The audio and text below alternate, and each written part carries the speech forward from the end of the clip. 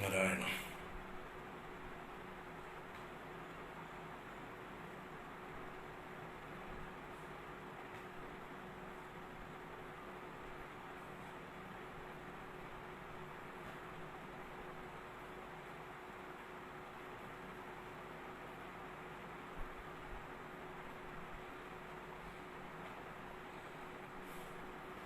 ഹരി ഓം. എല്ലാവർക്കും നമസ്കാരം. ഹരി ഓം.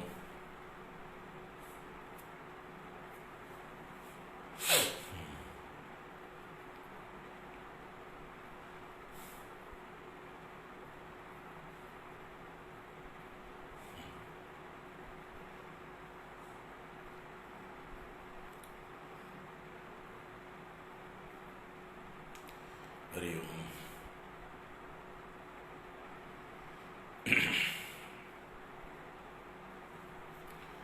ഓം ശ്രീ ഗണേശായ നമഃ. ഓം ശ്രീ സരസ്വത്यै നമഃ. ഓം ശ്രീ ഗുരുഭ്യോ നമഃ. ഓം നാരായണം പത്മഭുവം വസിഷ്ഠം ശക്തിം ച തത്പുത്രപരാശരം ച വ്യാസം ശുകം ഗൗഡപദം മഹാന്തം ഗോവിന്ദയോഗീന്ദ്രമദാസ്യ ശിഷ്യം ശ്രീശങ്കരാചാര്യമദാസ്യ പദ്മപാദം ച ഹസ്താമലകം ച ശിഷ്യം തം ത്രോടകം വാർത്തികകാരമന്യാൻ അസ്മദ്ഗുരൂൻ സന്തതമാനതോസ്മി. ബ്രഹ്മാനന്ദം പരമസുഖദം കേവലം ജ്ഞാനമൂർത്തിം ദ്വന്ദ്വാതീതം ഗഗനസദൃശം തത്വമസ്യാദിലക്ഷ്യം ഏകം നിത്യം വിമലമചലം സർവദീ സാക്ഷിഭൂതം ഭാവാതീതം ത്രിഗുണരഹിതം സദ്ഗുരും തം നമാമി. ഭാവാതീതം ത്രിഗുണരഹിതം സദ്ഗുരും തം നമാമി.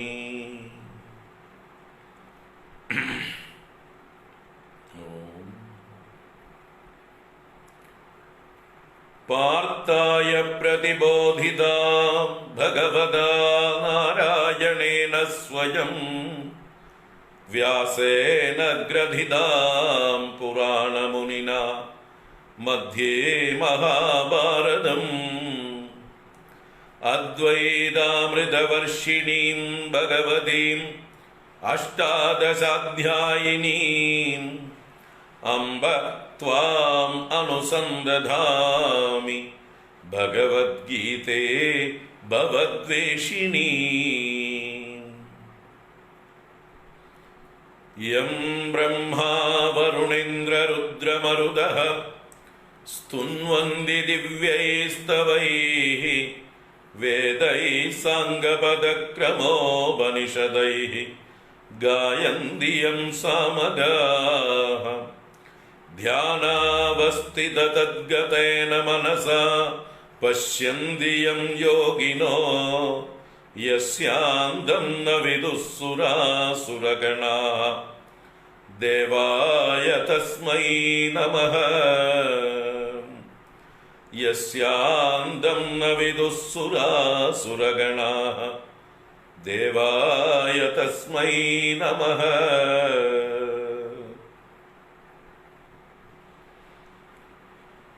ഓം നമോ ഭഗവതേ വാസുദേവായ.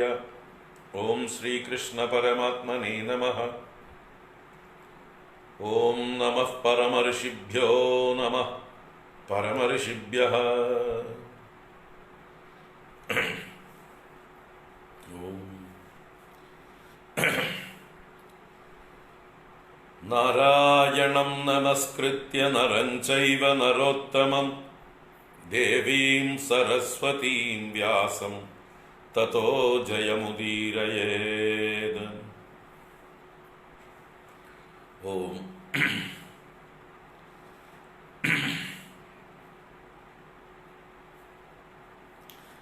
എല്ലാവർക്കും നമസ്കാരം. എല്ലാവർക്കും ശുഭസായാഹ്നം, സുസ്വാഗതം.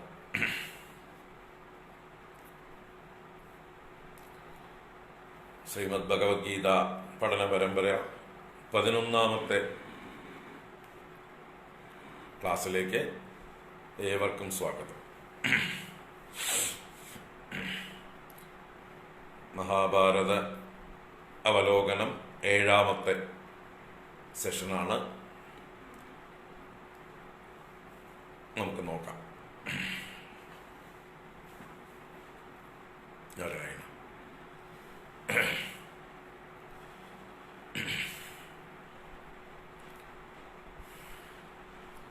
ഇന്നലെ കൗരവ പാണ്ഡവന്മാരുടെ വിദ്യാഭ്യാസത്തെക്കുറിച്ചും അതുപോലെ ദ്രോണരുടെ ഒരു പശ്ചാത്തലം, ദ്രോണരാരാണ്, അല്ലെങ്കിൽ ദ്രോണരുടെ ഒരു ചുതിക്ക് കാരണം എന്താണ് എന്നൊക്കെയുള്ള കാര്യങ്ങളെക്കുറിച്ച് സൂചിപ്പിച്ചു. അന്നത്തെ ഭരണാധികാരികൾ ശരിയല്ലാത്തത് തന്നെയാണ് വർണ്ണാശ്രമധർമ്മം സങ്കരമായി തീരാൻ കാരണം. വർണ്ണാശ്രമധർമ്മങ്ങൾ പരിപാലിക്കപ്പെടുന്നില്ല. ആകെ ഒരു സങ്കരാവസ്ഥ വന്നു ചേർന്നിട്ടുണ്ട്. അതാണ് ദ്രോണരുടെ ബ്രാഹ്മണ്യ മൂല്യങ്ങൾക്ക് ശോഷണം വന്ന് അദ്ദേഹം ഒരു അഭയാർത്ഥിയെ പോലെ, അല്ലെങ്കിൽ അതുപോലെ നടക്കേണ്ടി വന്നതായിട്ടുള്ള ഒരവസ്ഥയും, അതുപോലെ അദ്ദേഹത്തിൻ്റെ ഉള്ളിലെ പ്രതികാര ബുദ്ധി വളർന്നു വന്നത് കാണുമ്പോൾ അദ്ദേഹത്തിലെ ക്ഷത്രിയ ഭാവം വികസിച്ചതായിട്ടും കാണാം. അപ്പോൾ അതിൻ്റെയൊക്കെ പരിണത ഫലമാണ് ഈ മഹാഭാരത യുദ്ധവും സർവനാശവും. വർണ്ണാശ്രമധർമ്മങ്ങൾ പരിപാലിക്കപ്പെട്ടിരുന്നുവെങ്കിൽ ഈ ആപത്തുകളൊന്നും ഉണ്ടാവില്ലായിരുന്നു. അപ്പോൾ ആ വർണ്ണാശ്രമധർമ്മം ശരിയായ രീതിയിൽ പരിപാലിക്കേണ്ടവർ ഭരണാധികാരികളാണ്. ആ ഭരണാധികാരികൾ കഴിവില്ലാത്തവരോ സ്വാർത്ഥരോ അറിവില്ലാത്തവരോ ഒക്കെ ആയി അധപ്പതിക്കുകയാണ് ഉണ്ടായത്. ദ്രുപദനെ പോലെയുള്ള അഹങ്കാരിയും സ്വാർത്ഥനും പറഞ്ഞ വാക്ക് ലംഘിക്കുകയും ബ്രാഹ്മണരെ അപമാനിക്കുകയും ഒക്കെ ചെയ്യുന്നതായിട്ടുള്ള രാജാക്കന്മാർ. അതുപോലെ ഇവിടെയാണെങ്കിൽ ഹസ്തിനപുരത്തിലാണെങ്കിൽ ഒരു കണ്ണുപൊട്ടൻ രാജാവായിരിക്കുന്നതായിട്ടുള്ളൊരവസ്ഥ. അതുപോലെ ഓരോ ദേശങ്ങളിലും നോക്കിയാൽ ആ പതനം കാണാം. അപ്പോൾ ഇവിടെ ഹസ്തിനപുരത്തിൻ്റെ കാര്യത്തിലാണെങ്കിലും ഈ കണ്ണുപൊട്ടനെ രാജാവാക്കി അതിന് കാവലിരിക്കുന്ന ഭീഷ്മ പിതാമഹനെ വേണം നമ്മൾ കുറ്റപ്പെടുത്താൻ. കാരണം രാജധർമ്മം ഇതുപോലെ അറിയുന്ന ഒരാൾ വേറെയില്ല ലോകത്തിൽ. അന്ന് ജീവിച്ചിരിക്കുന്നവരിൽ വെച്ച് എല്ലാ അറിവും തികഞ്ഞ ഒരു എൻസൈക്ലോപീഡിയ, അല്ലെങ്കിൽ ഒരു വാക്കിംഗ് യൂണിവേഴ്സിറ്റി എന്നൊക്കെ വേണമെന്ന് പറയാം. അതുപോലെ സർവ ശാസ്ത്രങ്ങളിലും പണ്ഡിതനായിരുന്ന ആളാണ്. 4 ഗുരുക്കന്മാരിൽ നിന്ന് ആണ് പഠിച്ചതെന്ന് പറഞ്ഞുല്ലോ. വസിഷ്ഠനിൽ നിന്നും, ബൃഹസ്പതിയിൽ നിന്നും, പരശുരാമനിൽ നിന്നും, ശുക്രാചാര്യരിൽ നിന്നും അദ്ദേഹം പഠിച്ചിട്ടുള്ള അറിവുകൾ മുഴുവൻ അതാണ് അദ്ദേഹം ശരശയ്യയിൽ കിടന്നുകൊണ്ട് 30,000-ഓളം ശ്ലോകങ്ങളിൽ വിളമ്പുന്നത്. അപ്പം അത് ഈ സമയത്ത്, ഈ യുദ്ധത്തിന് മുമ്പേ ഈ രാജ്യത്ത് വേണ്ട രീതിയിൽ ഉപയോഗിച്ചിരുന്നെങ്കിൽ, ധൃതരാഷ്ട്ര സിംഹാസനത്തിലിരിക്കുന്നത് അനുവദിക്കാതിരുന്നെങ്കിൽ, വിതുരനെ രാജാവാക്കിയിരുന്നെങ്കിൽ എന്നൊക്കെ നമുക്ക് പറയാം. കാരണം വിതുരനെ പോലെ എല്ലാ ക്ഷത്രിയ ലക്ഷണങ്ങളും തികഞ്ഞ വേറൊരാള് അന്ന് ജീവിച്ചിരിപ്പുണ്ടായിരുന്നില്ല. അന്ന് ജീവിച്ചിരിക്കുന്നവരിൽ വെച്ച് ക്ഷത്രിയ ഗുണങ്ങളെല്ലാം പരിപൂർണമായി തികഞ്ഞ ഒരു മഹാത്മാവായിരുന്നു വിതുരൻ. എല്ലാ ലക്ഷണങ്ങളും അതിൻ്റെ പരിപൂർണതയിൽ. കാരണം അദ്ദേഹം ആരാണ്? അദ്ദേഹം യമധർമ്മ രാജാവാണ്. ആ യമധർമ്മ രാജാവ് താൻ ചെയ്യാത്ത ഒരു തെറ്റിന് ഒരു മുനിയാൽ ശപിക്കപ്പെട്ട്, തൻ്റെ സത്യസന്ധത കൊണ്ട്, തൻ്റെ ധർമ്മനിഷ്ഠ കൊണ്ട് ശപിക്കപ്പെട്ടിട്ടാണ് അദ്ദേഹം വിതുരനായിട്ട് ജനിക്കേണ്ടി വന്നത്. അണിമാണ്ഡവ്യൻ എന്നൊരു മഹർഷി ശപിച്ചതിൻ്റെ ഫലമായിട്ടാണ് ഇദ്ദേഹം മനുഷ്യനായി ജനിച്ചത്, യമധർമ്മൻ മനുഷ്യനായി തീർന്നത്. അതൊരു കഥയുണ്ട്, അത് വേണമെന്ന് സൂചിപ്പിക്കാൻ കാരണം അദ്ദേഹത്തിൻ്റെ ഭാഗത്തു നിന്നുള്ള തെറ്റല്ലാതെ. നമ്മുടെ അണിമാണ്ഡവ്യൻ എന്നതായിട്ടുള്ള മഹർഷി അദ്ദേഹം ബാല്യത്തിൽ കൊച്ചുകുട്ടിയായിരിക്കുമ്പോൾ ചെറിയ ചെറിയ പ്രാണികളെയും ചെറിയ ജന്തുക്കളെയൊക്കെ പിടിച്ച് ഈർക്കിലിൽ കോർത്ത് കളിക്കും എന്ന് പറഞ്ഞു. മൂർച്ചയേറിയതായിട്ടുള്ള ഈർക്കിൽ പോലെയുള്ള കോലുകളിൽ കമ്പികളിലൊക്കെ കോർത്ത് പ്രാണികളെ ഹിംസിക്കും. അങ്ങനെ കളിച്ചു നടന്ന ആളാണ്. പിന്നീട് അദ്ദേഹം ഒരു തപസ്വിയായി മാറി. അങ്ങനെ അദ്ദേഹം തപസ്വിയായി തപസ് ചെയ്യുന്ന അദ്ദേഹത്തിൻ്റെ ആശ്രമത്തിൽ കഴിയുന്നതായിട്ടുള്ള കാലത്ത് ഒരു കള്ളൻ ഒരു രാജാവിൻ്റെ ഏതോ മുതൽ അപഹരിച്ച് രാജഭടന്മാർ ഈ കള്ളനെ തെരഞ്ഞ് ഓടി വരുന്നതായിട്ടുള്ള സന്ദർഭത്തിൽ ഈ കള്ളൻ ഈ അണിമാണ്ഡവ്യൻ തപസ് ചെയ്യുന്ന അദ്ദേഹത്തിൻ്റെ ആശ്രമ സന്നിധിയിൽ ഈ തൊണ്ടി മുതലിനെ ഉപേക്ഷിച്ചിട്ട് കടന്നു കളഞ്ഞു.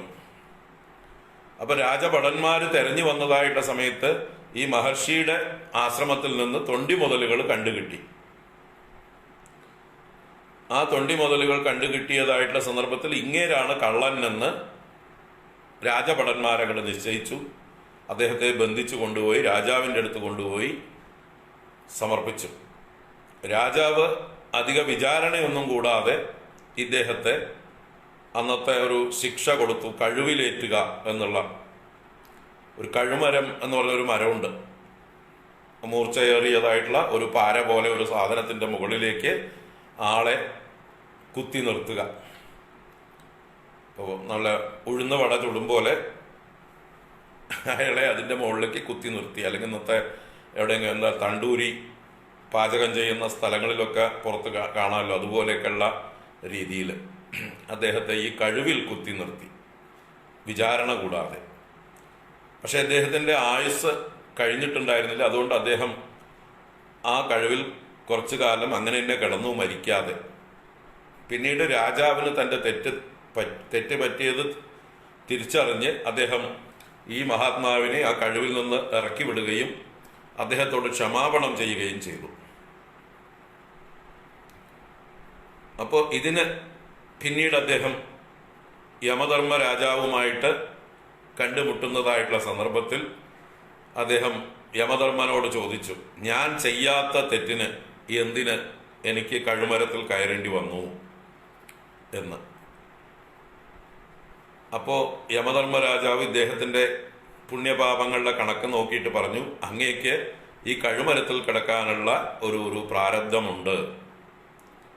അങ്ങ് ബാല്യത്തിൽ പ്രാണികളെ ധാരാളം ഈ ഈർക്കിലിൽ കോർത്ത് ഹിംസിച്ചതിൻ്റെ ഒരു പാപത്തിൻ്റെ ഫലമായിട്ടാണ് അങ്ങ് ഇപ്പം അനുഭവിക്കേണ്ടി വന്നത്. ഈ കഴുമരത്തിൽ കിടക്കുക എന്നുള്ള ശിക്ഷ അനുഭവിക്കേണ്ടി വന്നത്.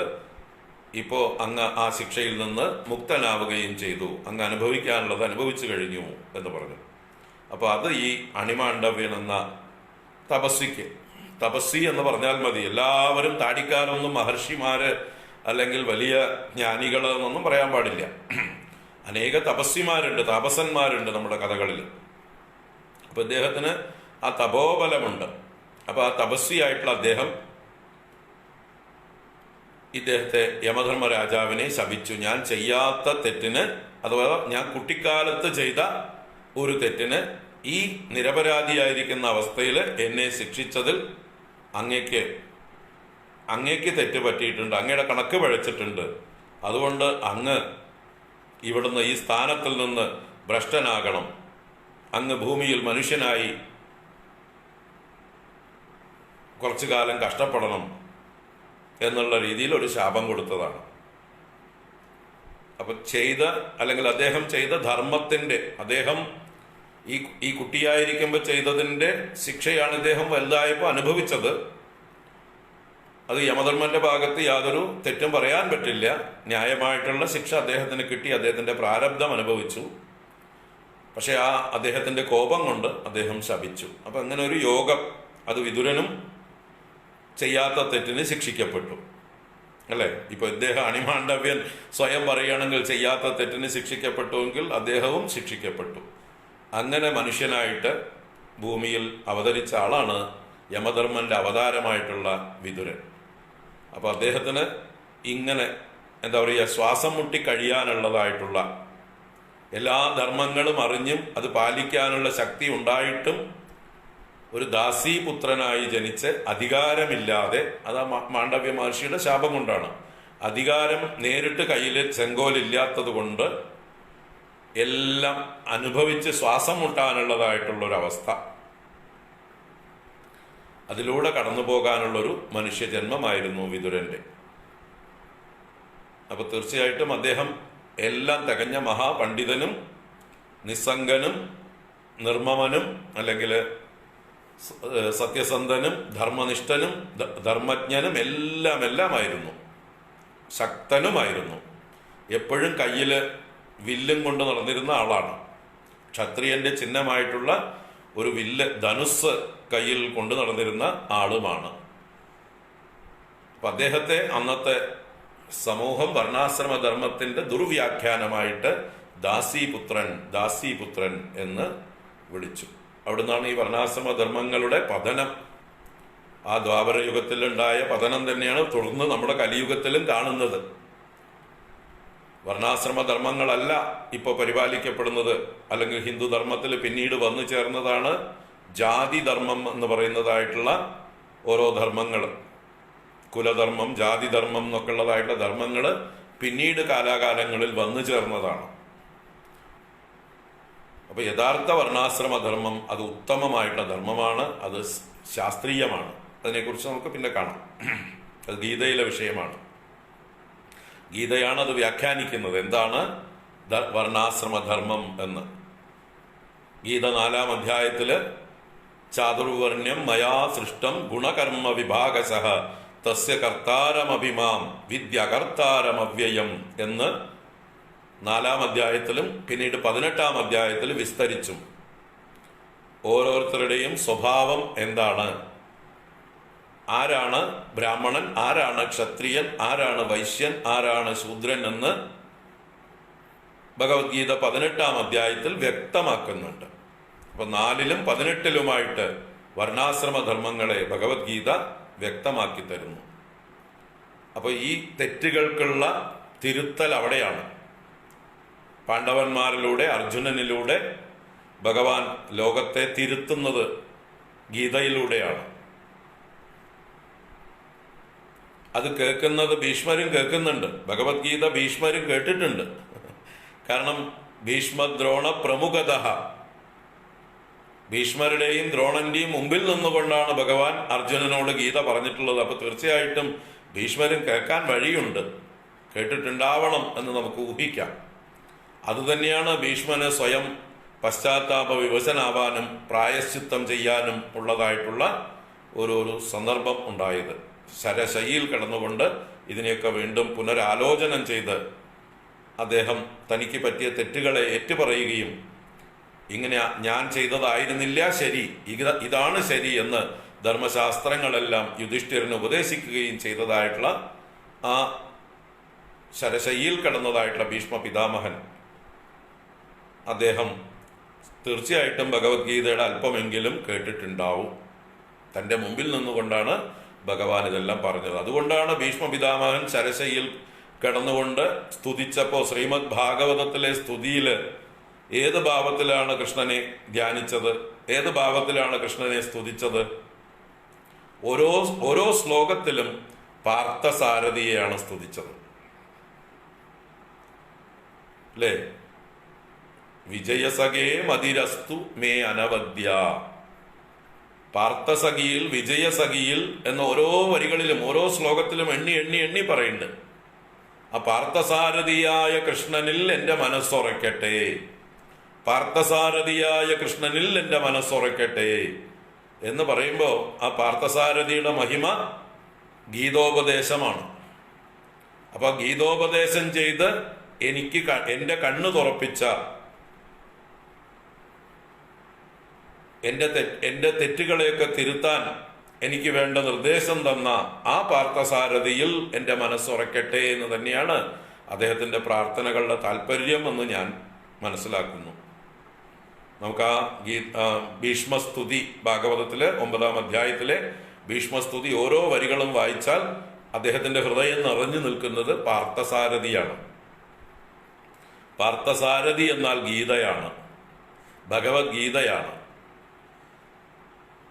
അപ്പൊ ഭഗവത്ഗീത ആണ് ശരി എന്നാണ് ഭീഷ്മർ ശരശയിൽ കിടന്നുകൊണ്ട് പറയുന്നത്. അപ്പോൾ പാർത്ഥസാരഥിയെ സ്തുതിക്കുന്നതിലൂടെ ഗീതയെയാണ് അദ്ദേഹം സ്തുതിച്ചത്, ഭഗവത്ഗീതയെയാണ് സ്തുതിച്ചത് എന്ന് നമുക്ക് മനസ്സിലാക്കിയെടുക്കാം.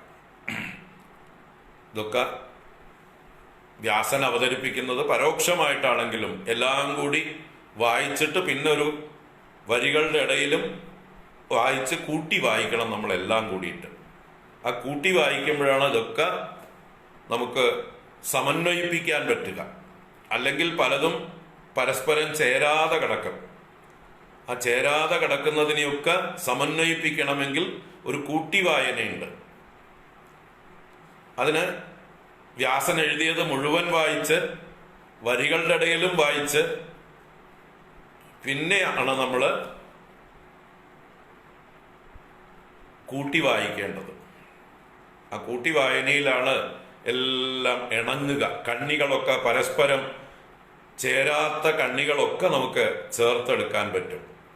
വ്യാസൻ എന്താണ് ഉള്ളിൽ വിഷ്വലൈസ് ചെയ്തത്, ലോകത്തിന് അദ്ദേഹത്തിൻ്റെ സന്ദേശം എന്താണ് എന്ന് നമുക്ക് കൂട്ടി വായിച്ചെടുക്കാം. അപ്പോൾ ഇങ്ങനെ ആ വിതുരനെ രാജാവാക്കുന്നതിന് പകരം ആ കണ്ണുപൊട്ടനെ രാജാവാക്കിയത് ഏറ്റവും വലിയ അധർമ്മം. അതുകൊണ്ടാണ് അദ്ദേഹത്തിന്റെ പേര് തന്നെ ധൃതരാഷ്ട്രൻ എന്ന്. ആരുടെ? ധൃതരാഷ്ട്രക്ക് പേരിട്ടിരിക്കുന്നത് ധൃതരാഷ്ട്രൻ എന്ന്. എന്താ അർത്ഥം? ധൃതം രാഷ്ട്രം യേന,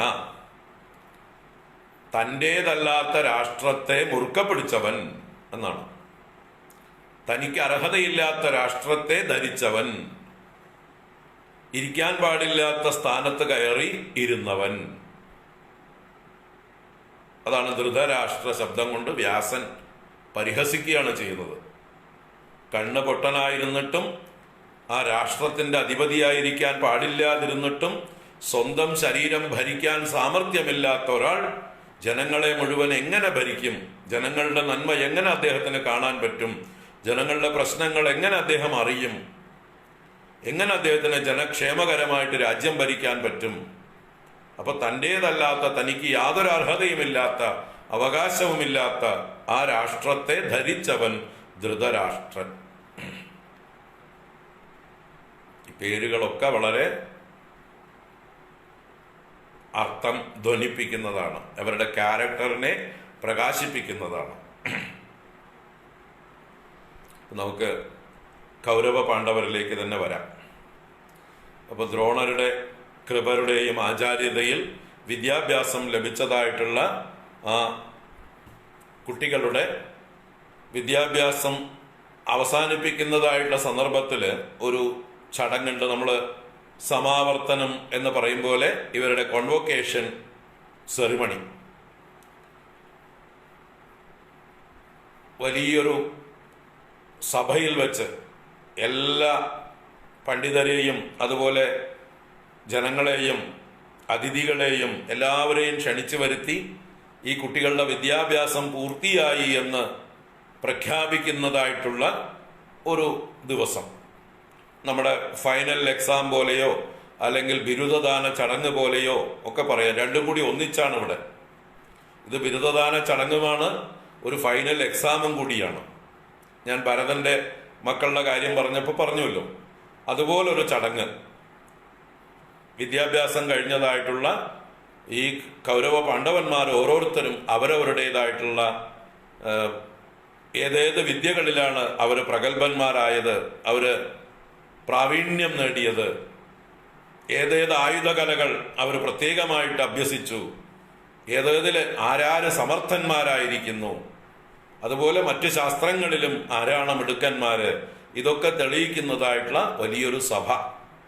ആ സഭയിൽ ഇവർ ഓരോ കൗരവന്മാരാണെങ്കിലും പാണ്ഡവന്മാരാണെങ്കിലും അവർ പഠിച്ചതായിട്ടുള്ള കായികമായിട്ടുള്ള അഭ്യാസങ്ങൾ, എങ്ങനെ കുതിര ഓടിക്കുന്ന കാര്യത്തിലാണെങ്കിലും വാൾപ്പയറ്റിലാണെങ്കിലും അസ്ത്രം പ്രയോഗിക്കുന്ന വിദ്യയിലാണെങ്കിലും ഗദായുദ്ധത്തിലാണെങ്കിലും അതുപോലെ ദ്വന്ദ്വയുദ്ധം, മല്ലയുദ്ധം, കുന്തങ്ങൾ പ്രയോഗിക്കുന്നത്, ഇങ്ങനെ ഓരോ ആയുധങ്ങളും പ്രത്യേകം പ്രത്യേകം പ്രയോഗിക്കുന്ന രീതിയിൽ അവരുടേതായിട്ടുള്ള സാമർഥ്യങ്ങൾ ഓരോരുത്തരും പ്രകടിപ്പിക്കുകയാണ്.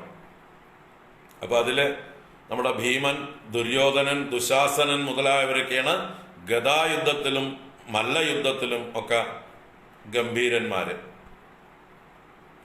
അവരവരുടേതായിട്ടുള്ള കഴിവുകൾ അവിടെ പ്രദർശിപ്പിക്കുന്നുണ്ട്. അതെ, പാസിംഗ് ഔട്ട് പരേഡ് എന്നൊക്കെ പറയാൻ വേണമെങ്കിൽ പാസിംഗ് ഔട്ട് പരേഡ് പോലെ മിലിറ്ററി ട്രെയിനിങ് കഴിഞ്ഞതായിട്ടുള്ള കാഡറ്റ്സിനെ അല്ലെങ്കിൽ ഓഫീസേഴ്സിനെ പിന്നീട് ഒഫീഷ്യൽ സ്ഥാനങ്ങളിലേക്ക് പോസ്റ്റ് ചെയ്ത് അവർ പുറത്തേക്ക് ട്രെയിനിങ് ഇൻസ്റ്റിറ്റ്യൂട്ടിൽ നിന്ന് പുറത്തിറങ്ങുന്ന പരിപാടിക്ക് പാസിംഗ് ഔട്ട് പരേഡ് എന്ന് പറയും. അതുപോലെയുള്ള ഒരു പരിപാടി തന്നെ. അപ്പോൾ അതിൽ നമ്മുടെ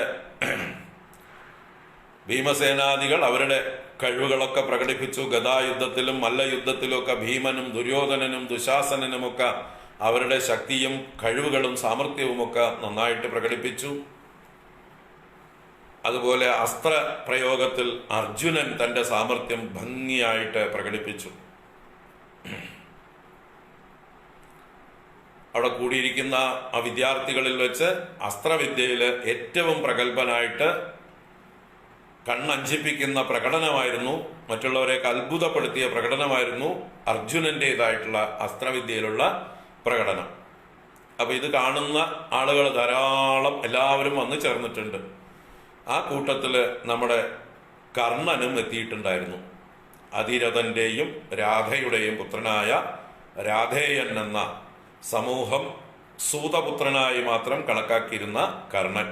അദ്ദേഹം പരശുരാമനിൽ നിന്ന് അസ്ത്രവിദ്യ അഭ്യസിച്ച് വന്നിട്ടുള്ള ആളാണ്. പരശുരാമന്റെ ശാപം കിട്ടിയ കഥയൊക്കെ നമ്മൾ പറഞ്ഞു. പരശുരാമനിൽ നിന്ന് ഈ അസ്ത്രപ്രയോഗം അദ്ദേഹത്തിന് വേണ്ടപ്പോൾ വേണ്ടത് തോന്നാതെ പോകട്ടെ എന്നുള്ളൊരു ശാപവും കൂടി കിട്ടിയിട്ടുണ്ട്. കാരണം അദ്ദേഹം പരശുരാമൻ സ്വയം ഇദ്ദേഹത്തിലെ ക്ഷത്രിയനെ റെക്കഗ്നൈസ് ചെയ്തു. പരശുരാമനെ പോലൊരാള് ഇദ്ദേഹം ക്ഷത്രിയനാണെന്ന് വിളിച്ചു പറഞ്ഞിട്ടും ഇദ്ദേഹത്തിന്റെ സ്വഭാവം വെച്ച് ഇദ്ദേഹം ക്ഷത്രിയനാണ്, അതുകൊണ്ടാണ് ഇദ്ദേഹത്തിന് കാലിൽ വണ്ട് കടിച്ച്, അല്ലെ, ഇന്ദ്രൻ വണ്ടിന്റെ രൂപത്തിൽ വന്ന് കടിച്ച് രക്തം പ്രവാഹമായി ഒഴുകിയിട്ടും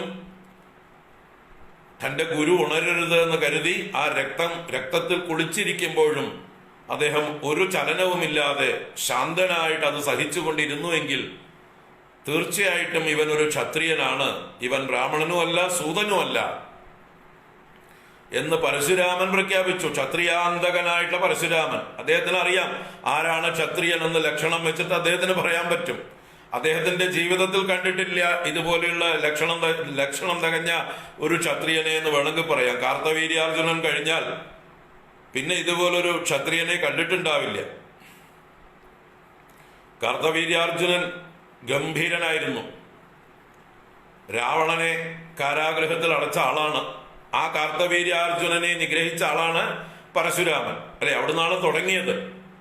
കാർത്തവീര്യാർജുനൻ ജമദഗ്നി മഹർഷിയെ വധിച്ചതിന്റെ പ്രതികാരമായിട്ടാണ് പരശുരാമൻ ആയുധമെടുക്കേണ്ടി വന്നത്. ആയുധമെടുത്ത് കാർത്തവീര്യാർജുനനെ വധിച്ചത്, അദ്ദേഹത്തിന്റെ വംശത്തെ തന്നെ വധിച്ചത്. നൂറുകണക്കിനുള്ള കാർത്തവീര്യാർജുനന്റെ മക്കളെ വധിച്ചു കളഞ്ഞു. അതിനുശേഷം പിന്നീട് 21 വട്ടം ഭൂമിയിലുള്ള ക്ഷത്രിയന്മാരെ മുഴുവൻ ഉന്മൂലനം ചെയ്ത ആളാണ് പരശുരാമൻ. ആ പരശുരാമന് അറിയാത്ത ക്ഷത്രിയ ലക്ഷണമുണ്ടോ? ആ പരശുരാമൻ കർണനിലെ ക്ഷത്രിയനെ റെക്കഗ്നൈസ് ചെയ്ത് വിളിച്ചു പറഞ്ഞു, ഇവൻ ക്ഷത്രിയനാണ് എന്ന് പറഞ്ഞാൽ അങ്ങനെയാണ് ശപിച്ചത്. ക്ഷത്രിയനായിട്ടുള്ള നീ എന്നോട് സത്യം മറച്ചു വെച്ചിട്ടാണ് വന്ന് വിദ്യ അഭ്യസിച്ചത്, അതുകൊണ്ട് നിനക്ക് ഞാൻ പഠിപ്പിച്ചതൊന്നും വേണ്ടപ്പോ തോന്നാതെ പോകട്ടെ എന്നൊരു ശാപം കൊടുത്തു. അപ്പൊ കർണന് പോലും സ്വയം ക്ഷത്രിയനാണെന്ന് ബോധമില്ല. ആ കർണനെ പരശുരാമൻ അംഗീകരിച്ചു ക്ഷത്രിയനായിട്ട്. അതേ കാലത്ത് ആ സമൂഹം എങ്ങനെയാണ് കർണനോട് പെരുമാറിയത് എന്ന് നോക്കുക. അപ്പൊ ഈ രംഗത്ത് നമ്മുടെ കർണനും എഴുന്നേറ്റ് വന്നു. ഈ അർജുനന് എല്ലാവരും പ്രശംസകൾ ചൊരിയുമ്പോൾ അർജുനൻ ചെയ്യുന്ന ഓരോ അസ്ത്രപ്രയോഗങ്ങളെയും കൈയടിച്ചും ആർപ്പ് വിളിച്ചും ഓരോരുത്തരും ആബാലവൃദ്ധം ജനങ്ങള് പണ്ഡിതന്മാരും എല്ലാവരും പ്രശംസിക്കുമ്പോൾ ഇതുപോലൊരു ധനുർധരനെ, ഒരു വില്ലാളി വീരനെ ലോകത്തിലെവിടെയും കണ്ടിട്ടില്ല എന്ന് എല്ലാവരും പ്രശംസിക്കുമ്പോൾ കർണന് സഹിച്ചില്ല. കർണന്റെ ഉള്ളില് അസൂയയും മത്സരബുദ്ധിയും പൊങ്ങി. രജോഗുണം സമ്പന്നനാണ് കർണനെ, ക്ഷത്രിയ വീരനാണ്. അപ്പൊ അതുകൊണ്ട് അദ്ദേഹത്തിന് മത്സരബുദ്ധി തോന്നി. അദ്ദേഹം പറഞ്ഞു, ഈ അർജുനൻ ചെയ്യുന്ന വിദ്യകളൊക്കെ ഞാനും ചെയ്ത് കാണിക്കാം എന്ന് ആ സദസ്സിൽ വിളിച്ചു പറഞ്ഞു അദ്ദേഹം. എല്ലാവരും ഞെട്ടിത്തരിച്ച് നോക്കുകയാണ്. കാരണം ക്ഷത്രിയ കുമാരന്മാരോട് അന്നത്തെ ആളുകളുടെ മൈൻഡ് സെറ്റ് അങ്ങനെയായിരുന്നു. ക്ഷത്രിയ കുമാരന്മാരോട് മത്സരിക്കാൻ ഒരു സൂതപുത്രനോ, അതാണ് സദസ്സിന്റെ ഒരു ചിന്ത. അപ്പൊ അത് ശരിയാക്കിക്കൊണ്ട് അതിനെ സദസ്യരൊക്കെ വിചാരിച്ചതുപോലെ തന്നെ അതിനെ ഒന്നുകൂടെ ഊട്ടി ഉറപ്പിച്ചുകൊണ്ട് അറിവുള്ള ഗുരുവര്യന്മാരായിട്ടുള്ള കൃപാചാര്യരും ദ്രോണരും ഒക്കെ ഇതിനെതിരായി. അങ്ങനെ കൃപാചാര്യരാണ് കർണനെ പരിഹസിച്ചുകൊണ്ട് നിന്റെ കുലമേതാണ്, നീ ആരാണ് എന്നൊക്കെയുള്ള ചോദ്യങ്ങൾ ചോദിക്കുന്നത്. നിന്റെ ഗോത്രം പറയൂ, നിന്റെ കുലം പറയൂ, നീ ആരുടെ മകനാണെന്ന് പറയൂ, എന്നിട്ട് നിന്നെ അസ്ത്രവിദ്യക്ക് അനുവദിക്കാം. അപ്പോഴാണ് കർണന് താൻ അതിരഥപുത്രനാണ്, രാധേയനാണ് എന്നുള്ളതായിട്ടുള്ള ആ ഒരു കാര്യം സദസ്സിൽ വിളിച്ചു പറഞ്ഞപ്പോൾ എല്ലാവരും പരിഹസിക്കുകയും ഈ കൃപാചാര്യർ തന്നെ കർണനെ നിഷേധിക്കുകയും ചെയ്തു. നീ ക്ഷത്രിയനല്ല, നീ സൂതപുത്രനാണ്, അതുകൊണ്ട് നിനക്ക് ക്ഷത്രിയന്മാരോട് മത്സരിക്കാനുള്ള അർഹതയില്ല എന്ന് പറഞ്ഞുകൊണ്ട് കർണനെ നിന്ദിച്ചു. തീർച്ചയായിട്ടും കർണനിലെ ആ വീരൻ ക്ഷത്രിയൻ വല്ലാതെ മുറിവേറ്റു ആ സദസ്സിൽ. ആ മുറിവാണ് അദ്ദേഹത്തിൻ്റെ ഉള്ളിൽ പ്രതികാരമായിട്ട് ഈ പാണ്ഡവന്മാരോടും എല്ലാം വളർന്നു വരുന്നത്. അപ്പൊ ആ സമയത്ത് ശരിയായ സമയം ഉപയോഗിച്ചുകൊണ്ട് നമ്മുടെ ദുര്യോധനൻ ഇതിനെ ഉപയോഗപ്പെടുത്തി. ദുര്യോധനൻ ആ രംഗത്ത് ചാടി വീഴുകയും കർണനെ തൻ്റെ കൂട്ടുകാരനായി നേരത്തെ തന്നെ അംഗീകരിച്ചിട്ടുള്ള ആളാണ്. കർണന്റെ ശക്തി അറിയാം. ഈ കർണനെ തൻ്റെ കൂട്ടത്തിൽ നിർത്തണം. പാണ്ഡവന്മാരുടെ എതിരായിട്ട്, പ്രത്യേകിച്ച് അർജുനന്റെ എതിരായിട്ട് നിൽക്കാൻ പറ്റിയ ഒരേ ഒരാളെ ഈ ലോകത്തിലുള്ളൂ, അത് ഈ കർണനാണ് എന്ന് ദുര്യോധനന് നല്ലോണം മനസ്സിലായിട്ടുണ്ട്. കർണന്റെ കഴിവുകളൊക്കെ മനസ്സിലായിട്ടുണ്ട്. അപ്പൊ ദുര്യോധനൻ കർണനെ അംഗീകരിച്ചു. ദുര്യോധനൻ ആ സഭയിൽ വെച്ച് കർണനെ തൻ്റെ സഹോദരനായി അംഗീകരിച്ചുകൊണ്ട് തൻ്റെ ഏറ്റവും വലിയ സുഹൃത്തായി ഏറ്റെടുത്തുകൊണ്ട് അദ്ദേഹത്തിനെ അംഗരാജ്യം എന്ന രാജ്യത്തിന്റെ അധിപനായിട്ട് പ്രഖ്യാപിക്കുകയും ചെയ്തു. ഞാനിതാ കർണനെ അംഗരാജാവായിട്ട് പ്രഖ്യാപിക്കുന്നു എന്ന് പറഞ്ഞ് രാജകുമാരനായിട്ടുള്ള ദുര്യോധനൻ തൻ്റെ സുഹൃത്തായ കർണന് ഒരു ക്ഷത്രിയ പദവി വാഗ്ദാനം ചെയ്യുന്നു, അഥവാ ഒരു രാജ്യം ദാനമായിട്ട് കൊടുത്തു. പക്ഷെ ആ സഭയിൽ കർണന് തന്റെ കഴിവുകൾ പ്രകടിപ്പിക്കാനുള്ള ഒരു അവസരം നിഷേധിക്കപ്പെട്ടു. അതെല്ലാവരും കൂടി ആ സഭ പിരിഞ്ഞു. പക്ഷെ അവിടെ എന്താ പറയുക, അപമാനിതനായിട്ടുള്ള കർണനെ രക്ഷിക്കാൻ അവസരം ഉപയോഗിച്ചുകൊണ്ട് തൻ്റെ സഹായിയാക്കി നിർത്താൻ, തനിക്ക് അനുകൂലനാക്കി മാറ്റാൻ അംഗരാജാവാക്കി അഭിഷേകം ചെയ്ത ആ ദുര്യോധനൻ ഈ സന്ദർഭം ശരിക്കും മുതലെടുത്തു എന്ന് പറയാം. അപ്പൊ അതോടുകൂടി കർണന്റെ മനസ്സ് ദുര്യോധനന് പൂർണ്ണമായിട്ട് വിധേയമായി. കർണന്റെ ഒരു അടിമയെ പോലെയായി മാറി. അപ്പൊ വാസ്തവത്തില് ഇവിടെയും കർണന് തെറ്റുപറ്റി.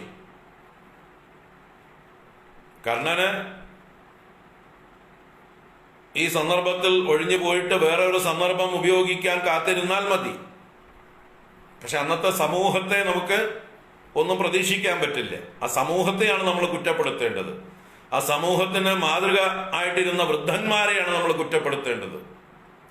അതിൽ ഭീഷ്മരെ തന്നെയാണ് ഏറ്റവും കുറ്റപ്പെടുത്താനുള്ളത്.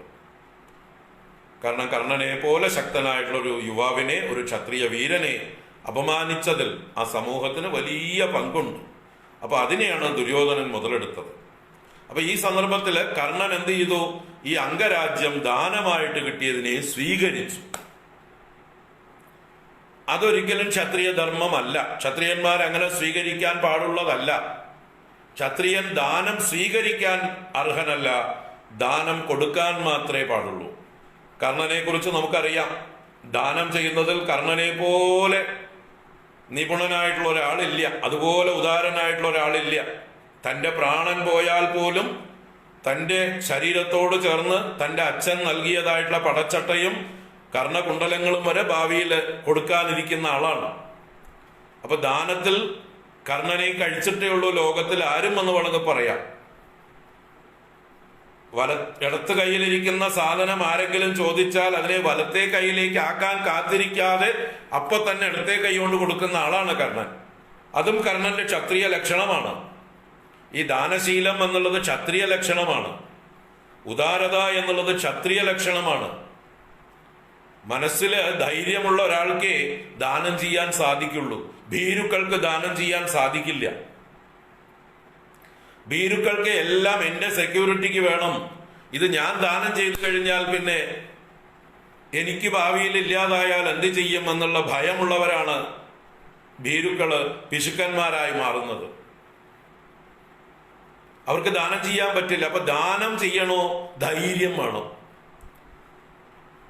തനിക്ക് ഇനിയും ഉണ്ടാക്കാം, തനിക്ക് കരുത്തുണ്ട്, തനിക്ക് അറിവുണ്ട്, തനിക്ക് സാമർഥ്യമുണ്ട്, തനിക്ക് ഇനിയും എത്ര വേണമെങ്കിൽ തൻ്റെ ആവശ്യത്തിനുള്ളത് സമ്പാദിക്കാൻ കഴിയും എന്നുള്ള നട്ടലിലുള്ള തൻ്റെ ഇടമുള്ള ഒരാൾക്ക് ദാനം ചെയ്യാൻ സാധിക്കുള്ളൂ. അപ്പൊ അത് ക്ഷത്രിയ ഗുണമാണ്. ദാനം ചെയ്യാനുള്ള ഉദാരത, വിശാലത, വാരിക്കോരി കൊടുക്കാനുള്ള കഴിവ്, തനിക്കില്ലെങ്കിൽ പോലും തൻ്റെ കയ്യിലുള്ളത് പൂർണ്ണമായിട്ട് കൊടുക്കാനുള്ളതായിട്ടുള്ള ധൈര്യം. ആ ധൈര്യം എവിടുന്നാ വരണ? തൻ്റെ ശക്തിയിലുള്ള ആത്മവിശ്വാസമാണ്. ഞാൻ ജീവനോടുകൂടി ഉണ്ടെങ്കിൽ, എനിക്ക് ആരോഗ്യമുണ്ടെങ്കിൽ ഞാൻ ഇനിയും ഇതിലപ്പുറം സമ്പാദിക്കും, ഇതൊന്നും എനിക്കൊരു പ്രശ്നമല്ല എന്നുള്ളൊരു ആറ്റിറ്റ്യൂഡുള്ള ഒരാൾക്ക് ഉദാരമായിട്ട് ദാനം ചെയ്യാൻ പറ്റുള്ളൂ. അപ്പൊ അതൊരു ക്ഷത്രിയന്റെ ശ്രേഷ്ഠമായിട്ടുള്ള ഗുണമാണ്. അത് കർണനിൽ വളരെ പ്രകടമായിട്ട് എല്ലാ രംഗത്തും നമുക്ക് കാണാം. അപ്പൊ അതും കർണനിലെ ക്ഷത്രിയനെ ലോകത്തോട് വിളിച്ചു പറയുന്നു. അങ്ങനെയുള്ള ശ്രേഷ്ഠനായിട്ടൊരു ക്ഷത്രിയനെ ആ സമൂഹം അംഗീകരിക്കാത്തതിന്റെ ഫലമായി വേറെ ചില സ്വാർത്ഥന്മാര് അംഗീകരിക്കുകയും ദാനം ചെയ്യുകയും ചെയ്തപ്പോ ആ ദാനം സ്വീകരിച്ചു എന്നുള്ളത് അദ്ദേഹത്തിന്റെ ക്ഷത്രിയ ആ സ്വഭാവത്തിൽ വലിയൊരു ഇടിവ് ഉണ്ടാക്കി. ഒരു വീഴ്ച പറ്റി അദ്ദേഹത്തിന്. അദ്ദേഹം എനിക്ക് ദാനം വേണ്ട എന്ന് പറഞ്ഞ് പോകേണ്ടിയിരുന്നു. ഞാൻ ദാനം സ്വീകരിക്കില്ല, എനിക്ക് കൊടുത്തേ ശീലമുള്ളൂ, ഞാൻ എൻ്റെ കരുത്തുകൊണ്ട് ഈ രാജ്യം ഞാൻ വെട്ടിപ്പിടിച്ച് കാണിച്ചു തരാമെന്ന് പറഞ്ഞ് അപ്പോ സാധിക്കില്ലെങ്കിൽ പിന്നൊരിക്കൽ അതിനുവേണ്ട പടയൊരുക്കം നടത്തി അദ്ദേഹം ഈ ഹസ്തിനപുര സാമ്രാജ്യത്തെ തന്നെ വേണമെങ്കിൽ അദ്ദേഹത്തിന് ആക്രമിച്ച് കീഴ്പ്പെടുത്താമായിരുന്നു. സ്വന്തം ശക്തിയിൽ വിശ്വാസത്തോടുകൂടി അദ്ദേഹത്തിന് ഏതെങ്കിലും രീതിയിൽ സൈന്യ സന്നാഹം ചെയ്ത് അദ്ദേഹത്തിന് ആക്രമിക്കാമായിരുന്നു. തന്റെ പരാക്രമം കൊണ്ട് യുദ്ധത്തിൽ വിജയിച്ച് രാജ്യം വെട്ടിപ്പിടിക്കണമായിരുന്നു. പക്ഷെ അന്നത്തെ അദ്ദേഹത്തിന്റെ സാഹചര്യം, ഏകനായ അദ്ദേഹത്തിന് അതിനുള്ളൊരു പശ്ചാത്തലം ഉണ്ടായിരുന്നില്ല. അതുകൊണ്ട് തൽക്കാലം കിട്ടിയതിനെ ദാനമായിട്ട് സ്വീകരിച്ചു. ആ ദാനം സ്വീകരിച്ചതാണ് അദ്ദേഹത്തിന്റെ അടിമത്തത്തിന് കാരണം. അതുകൊണ്ടാണ് ക്ഷത്രിയന്മാർക്ക് ദാനം വർജ്യമായിരിക്കുന്നത്, ദാനം സ്വീകരിക്കുന്നത് വർജ്യമായിരിക്കുന്നത്. ദാനം സ്വീകരിച്ചാൽ ആരിൽ നിന്ന് ദാനം സ്വീകരിച്ചുവോ അവരോട് മനസ്സുകൊണ്ട് അടിമത്വം വന്നു ചേരും. ഞാൻ അത് ആദ്യ ദിവസങ്ങളിലും പറഞ്ഞു.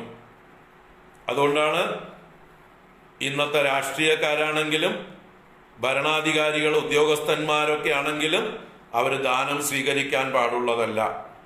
അവർ ദാനം സ്വീകരിച്ചാൽ ആരിൽ നിന്ന് ദാനം സ്വീകരിച്ചുവോ അവരോട് മാനസികമായിട്ടുള്ള അടിമത്തം വന്നു ചേരും.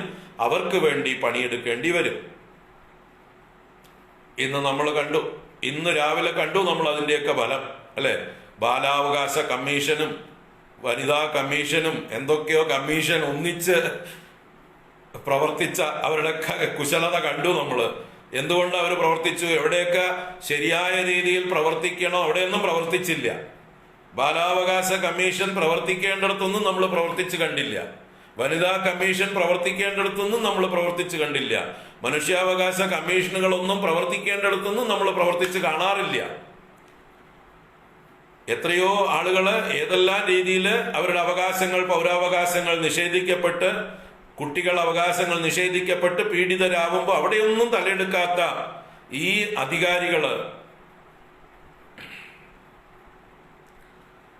ഈ രാഷ്ട്രീയക്കാരിൽ നിന്ന് ഭിക്ഷയായിട്ട് കിട്ടിയ, ദാനമായിട്ട് കിട്ടിയ, അർഹതയില്ലാത്ത പദവികളിൽ വന്നിരിക്കുന്നതായിട്ടുള്ള ഈ ആളുകള് അവരുടെ കൂറ് കാണിക്കാൻ വേണ്ടി ഇന്ന് പ്രവർത്തിച്ചത് നമ്മൾ രാവിലെ TV-യിൽ കണ്ടു, അല്ലേ? കോടിയേരി ബാലകൃഷ്ണന്റെ മകന്റെ കേസിൽ എൻഫോഴ്സ്മെന്റ് ഡയറക്ടറേറ്റ് പാർട്ടികള് വീട് റെയ്ഡ് ചെയ്തതായിട്ടുള്ള സമയത്ത് എന്തൊരു ശുഷ്കാന്തിയാണ് ഈ കമ്മീഷനുകൾക്കൊക്കെ.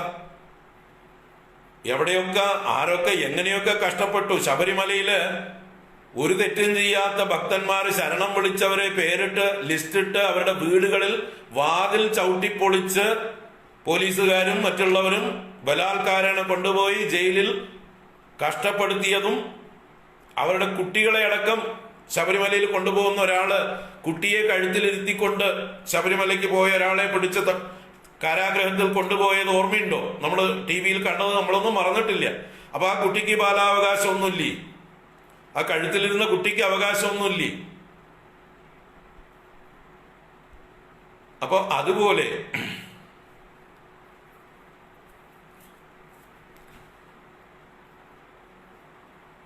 ദാനം സ്വീകരിച്ചാലുണ്ടാകുന്ന ഉദ്യോഗസ്ഥന്മാർക്ക്, ഭരണാധികാരികൾക്ക് ഉണ്ടാകുന്ന ആ ച്യുതി, ആ പതനം, അവരുടെ അടിമത്വം, അത് രാജധർമ്മത്തിൽ വളരെ വ്യക്തമായിട്ട് എഴുതി വെച്ചിട്ടുണ്ട്. അപ്പൊ അതാണ് ഇവിടെ നമ്മൾ പറഞ്ഞു വരുന്നത്. കർണൻ ഈ അംഗരാജ്യം ദാനമായിട്ട് സ്വീകരിച്ചതാണ് അദ്ദേഹത്തിന് പറ്റിയ വലിയൊരു അബദ്ധം. അത് അദ്ദേഹം സ്വീകരിക്കാൻ പാടുള്ളതായിരുന്നില്ല. പക്ഷെ അന്നത്തെ ആ ഒരു സാഹചര്യം അദ്ദേഹത്തെ കൊണ്ട് അത് അംഗീകരിപ്പിച്ചു. അങ്ങനെ അദ്ദേഹം ദുര്യോധനന് അടിമയായി തീർന്നു. അതാണ് കഥ. അദ്ദേഹം ദുര്യോധനനോടല്ല അടിമത്വം കാണിക്കേണ്ടിയിരുന്നത്, അദ്ദേഹം ധർമ്മത്തിനോട്, അല്ലെ, ധർമ്മബോധത്തോടുകൂടെ അദ്ദേഹം ഭാവിയിലും പെരുമാറിയിരുന്നെങ്കിൽ അദ്ദേഹം എന്നും തിളങ്ങി നിൽക്കുമായിരുന്നു. ഇത്രയും കഴിവുകളെല്ലാം ഉണ്ടായിട്ടും അദ്ദേഹത്തെ അധർമ്മപക്ഷത്താണ് നമ്മൾ കാണുന്നത്. അതിന് കാരണം അന്നത്തെ ആ സമൂഹമാണ് എന്ന് പറയാം. അപ്പൊ സമൂഹം എത്രയോ അധപ്പതിച്ചു. ആ അധപ്പതനത്തിന് കാരണക്കാര് സമൂഹത്തെ നയിച്ചിരുന്ന അധികാരികളും കാരണവന്മാരുമാണ്, വൃദ്ധന്മാരാണ്, ധർമ്മത്തെ വ്യാഖ്യാനിച്ചിരുന്നവരാണ്, മാതൃക കാണിച്ചിരുന്നവരാണ്.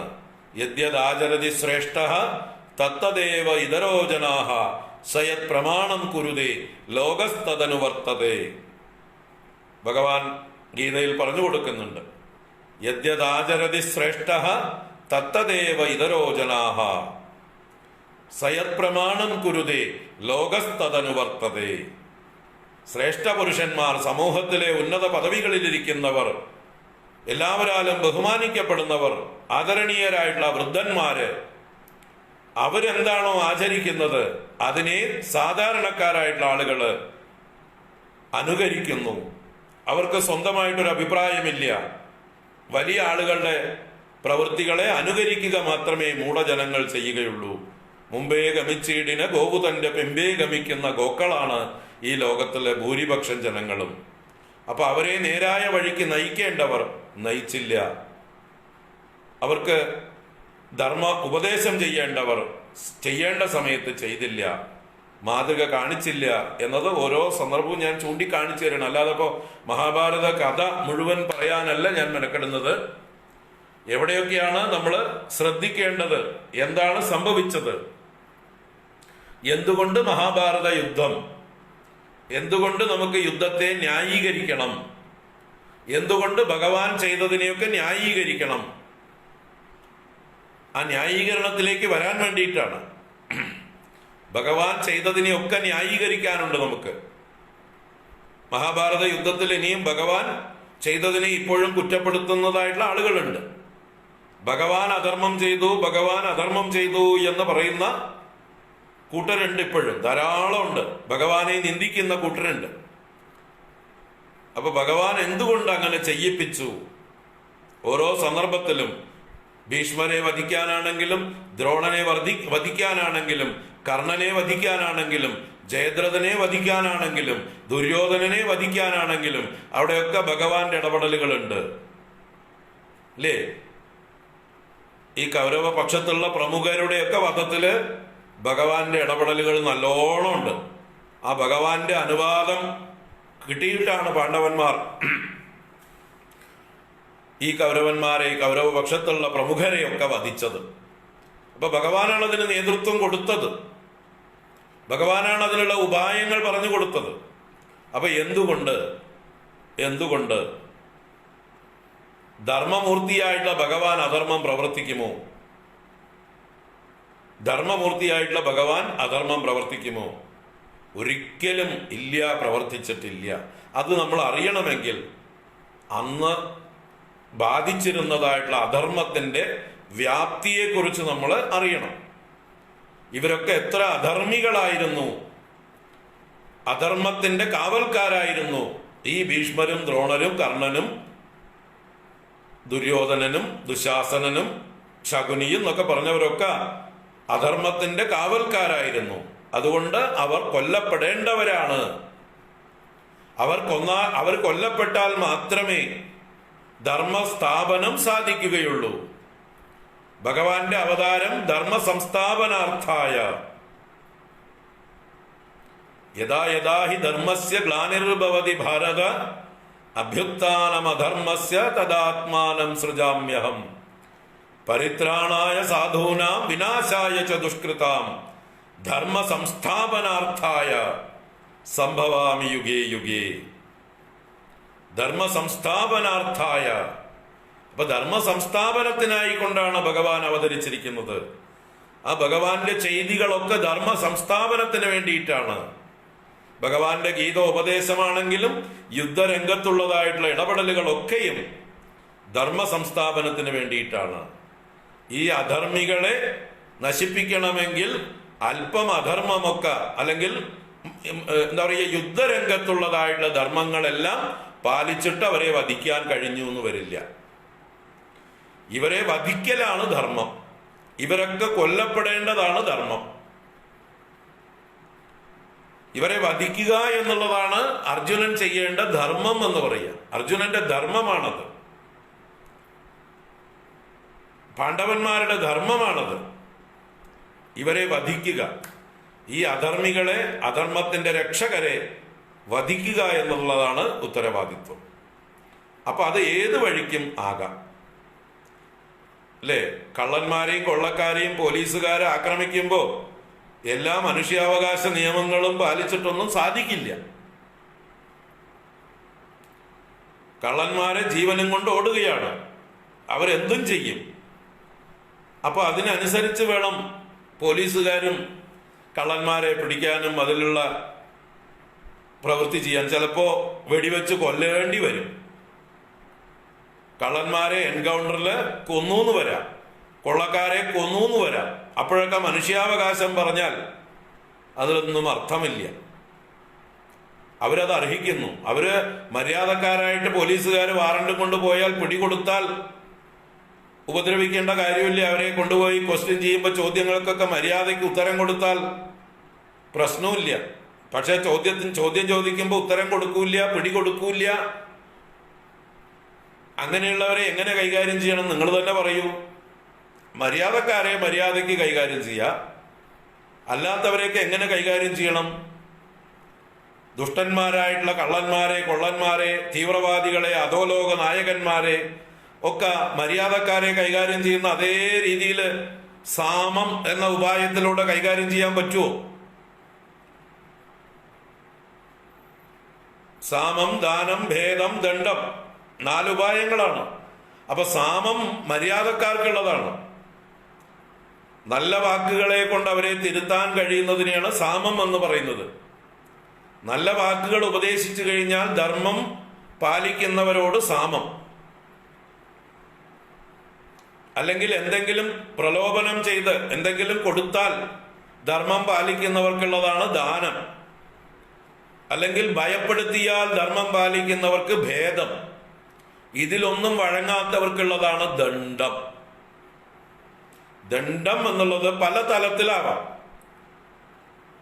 അത് വടികൊണ്ട് അടിക്കുന്നത് മുതൽ വെടിവെച്ച് കൊല്ലുന്നത് വരെയും തൂക്കിലേറ്റുന്നത് വരെയും അത് ഓരോരുത്തരുടെയും അവരുടെ സ്വഭാവം, ആ ക്രിമിനൽ സ്വഭാവത്തിനനുസരിച്ച് അവരെ തിരുത്താൻ പറ്റില്ല എന്ന് ബോധ്യമായാൽ അവർക്ക് വേണ്ടത് ദണ്ഡം. അത് ഏത് ദണ്ഡം, ഏതളവില്, ആർക്ക് എന്നുള്ളത് ആ സാഹചര്യങ്ങളിൽ നിന്ന് ഓരോ വ്യക്തിക്കും വ്യത്യസ്തമായിട്ടുള്ള ദണ്ഡം നിർണയിക്കാം. എല്ലാവർക്കും സാമാന്യമായിട്ടുള്ള ദണ്ഡമല്ല. ഒരാളുടെ സ്വഭാവ വ്യത്യാസങ്ങൾക്കനുസരിച്ച് ഓരോ വ്യക്തിക്കും വ്യത്യസ്തമായ ദണ്ഡങ്ങളെ കൊണ്ട് അയാളെ ശിക്ഷിക്കാം. അപ്പൊ ദണ്ഡം എന്നുള്ളതായിട്ടുള്ള ശിക്ഷാ പദ്ധതി അത് വേണ്ടിടത്ത് പ്രയോഗിക്കുക തന്നെ വേണം. അപ്പൊ അത് ഇതുപോലെ മര്യാദക്കാരല്ലാത്ത ദുഷ്ടന്മാരെ നിഗ്രഹിക്കാൻ ആ വഴികളൊക്കെ തന്നെ വേണ്ടിവരും, അല്ലേ? ഇതേ മഹാഭാരത യുദ്ധത്തില് അഭിമന്യുവിനെ ചതിച്ചു കൊന്നതും അതുപോലെയുള്ള അനേക യോദ്ധാക്കളെ ചതിയിലൂടെയൊക്കെ കൊല്ലുന്നതും തുല്യന്മാരല്ലാത്തവരോട് ശക്തന്മാരായിട്ടുള്ള ആളുകൾ യുദ്ധം ചെയ്ത് കൊല്ലുന്നതും ഒക്കെ അധർമ്മമാണ് അങ്ങനെ നോക്കിയാൽ. അപ്പൊ യുദ്ധം ധർമ്മവും അധർമ്മവും തമ്മിലാണ്. അതിൽ ധർമ്മപക്ഷം ജയിച്ചേ തീരൂ. അതിന് അധർമ്മപക്ഷത്തുള്ള അവരെ ഏത് രീതിയിലും വധിച്ചേ തീരൂ. അവർ കൊല്ലപ്പെടേണ്ടവരാണ്. അപ്പൊ അതിനു വേണ്ടിയിട്ടാണ് ഞാൻ ഈ ഓരോ സന്ദർഭങ്ങളും എടുത്തെടുത്ത് പറഞ്ഞു തരുന്നത്, എടുത്തെടുത്ത് സൂചിപ്പിക്കുന്നത്. നിങ്ങൾക്കറിയാവുന്ന കഥകൾ തന്നെയാണ്. നിങ്ങൾ എന്നേക്കാളും ചിലപ്പോൾ വായിച്ചിട്ടുണ്ടാവാം. പക്ഷെ വായിച്ചത് കൊണ്ട് മാത്രമായില്ല. കഥകളിലെ ഡാറ്റകൾ നമ്മൾക്ക് ഇൻഫർമേഷൻ ഓർമ്മ വെച്ചതുകൊണ്ട് മാത്രമായില്ല. അതിനെ എങ്ങനെ നോക്കിക്കാണണം എന്നുള്ളതാണ് ഞാൻ കാണിച്ചു തരുന്നത്.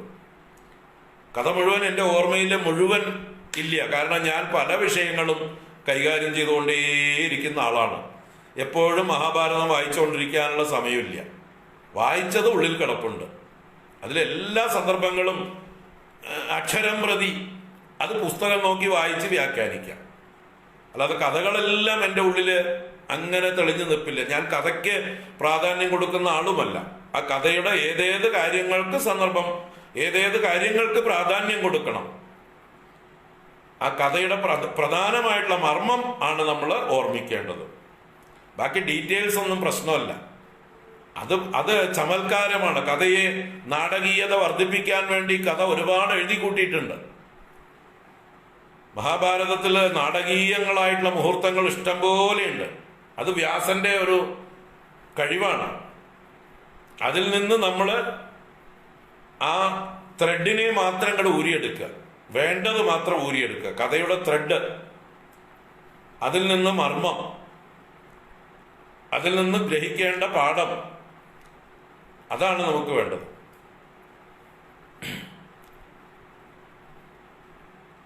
അപ്പൊ ഇങ്ങനെ ഈ കർണൻ കൗരവ പക്ഷത്ത് ദുര്യോധന പക്ഷത്തേക്ക് മാറിയതിന് ദുര്യോധനന്റെ അടിമയായതിന് ഇങ്ങനൊരു സന്ദർഭം കാരണമായി.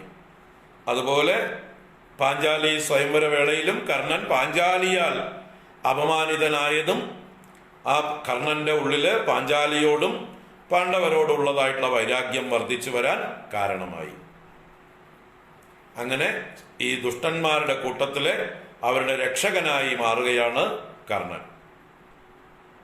അതിന് കാരണം സമൂഹമാണ്, സമൂഹമാണ്, സമൂഹമാണ്. തെറ്റായ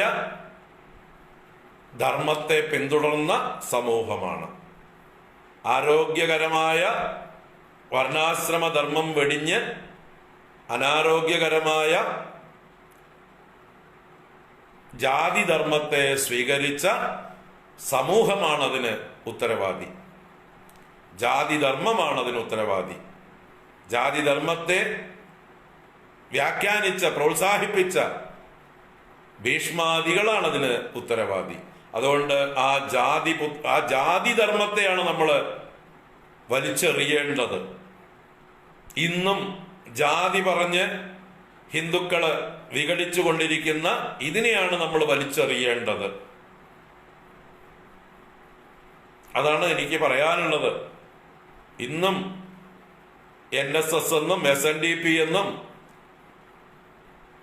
യോഗക്ഷേമ സഭ എന്നും ബ്രാഹ്മണ സഭ എന്നും ധീവര സഭ എന്നും പുലയ മഹാസഭ എന്നും ഇങ്ങനെ പല സഭകളായി പിരിഞ്ഞ് പരസ്പരം അവകാശങ്ങൾക്ക് വേണ്ടി മത്സരിക്കുകയും പാരവെക്കുകയും വിഘടിച്ചു നിൽക്കുകയും ചെയ്യുന്നതായിട്ടുള്ള ഈ ഹൈന്ദവ സമൂഹം വർണ്ണാശ്രമധർമ്മം എന്താണെന്ന് തിരിച്ചറിഞ്ഞ് അതിലേക്ക് തിരിച്ചു പോകണം.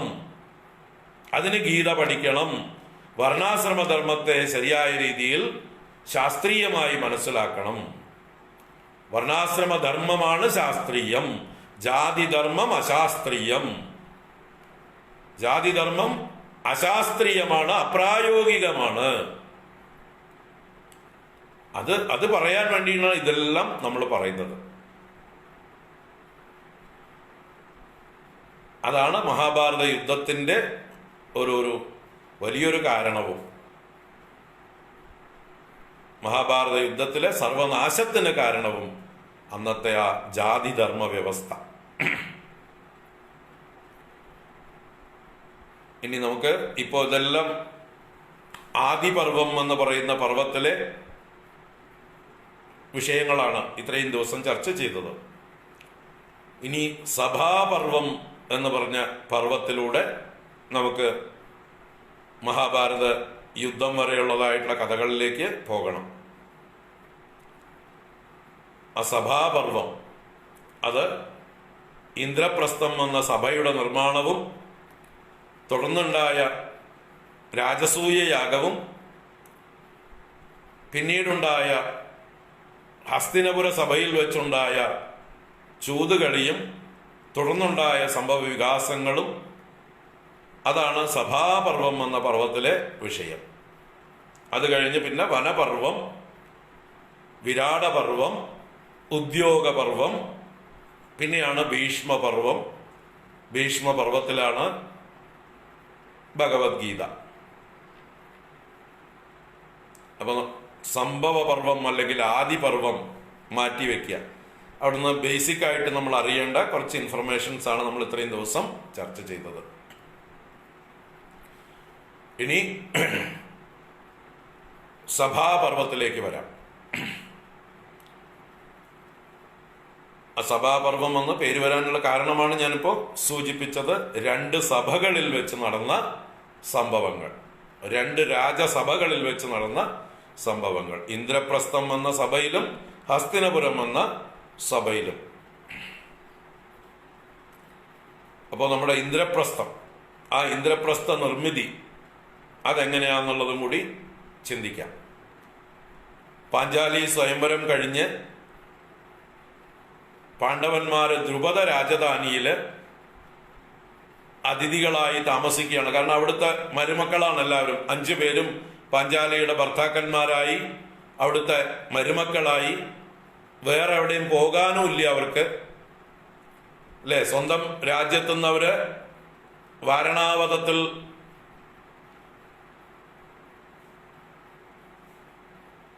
യാത്ര വന്നവരാണ്.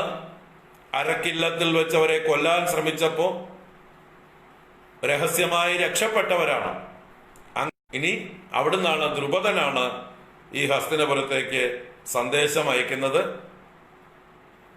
ഇവര് അവിടുത്തെ അവകാശികളാണ്, അവിടെ വസിക്കേണ്ടവരാണ്, അവിടുത്തെ രാജകുമാരന്മാരാണ് ഇവര് 5 പേരും.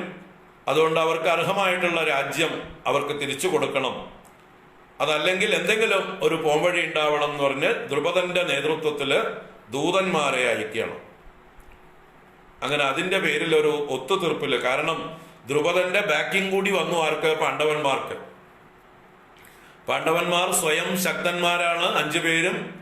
അവർക്ക് വലിയൊരു സാമ്രാജ്യം, പാഞ്ചാല ദേശം, ആ സാമ്രാജ്യത്തിന്റെ സപ്പോർട്ട്. അപ്പൊ ദ്രുപദൻ എന്ന ശക്തനായിട്ടൊരു രാജാവ്, ദൃഷ്ടദ്യുമ്നൻ എന്ന ശക്തനായിട്ടുള്ള ഒരു യോദ്ധാവ്.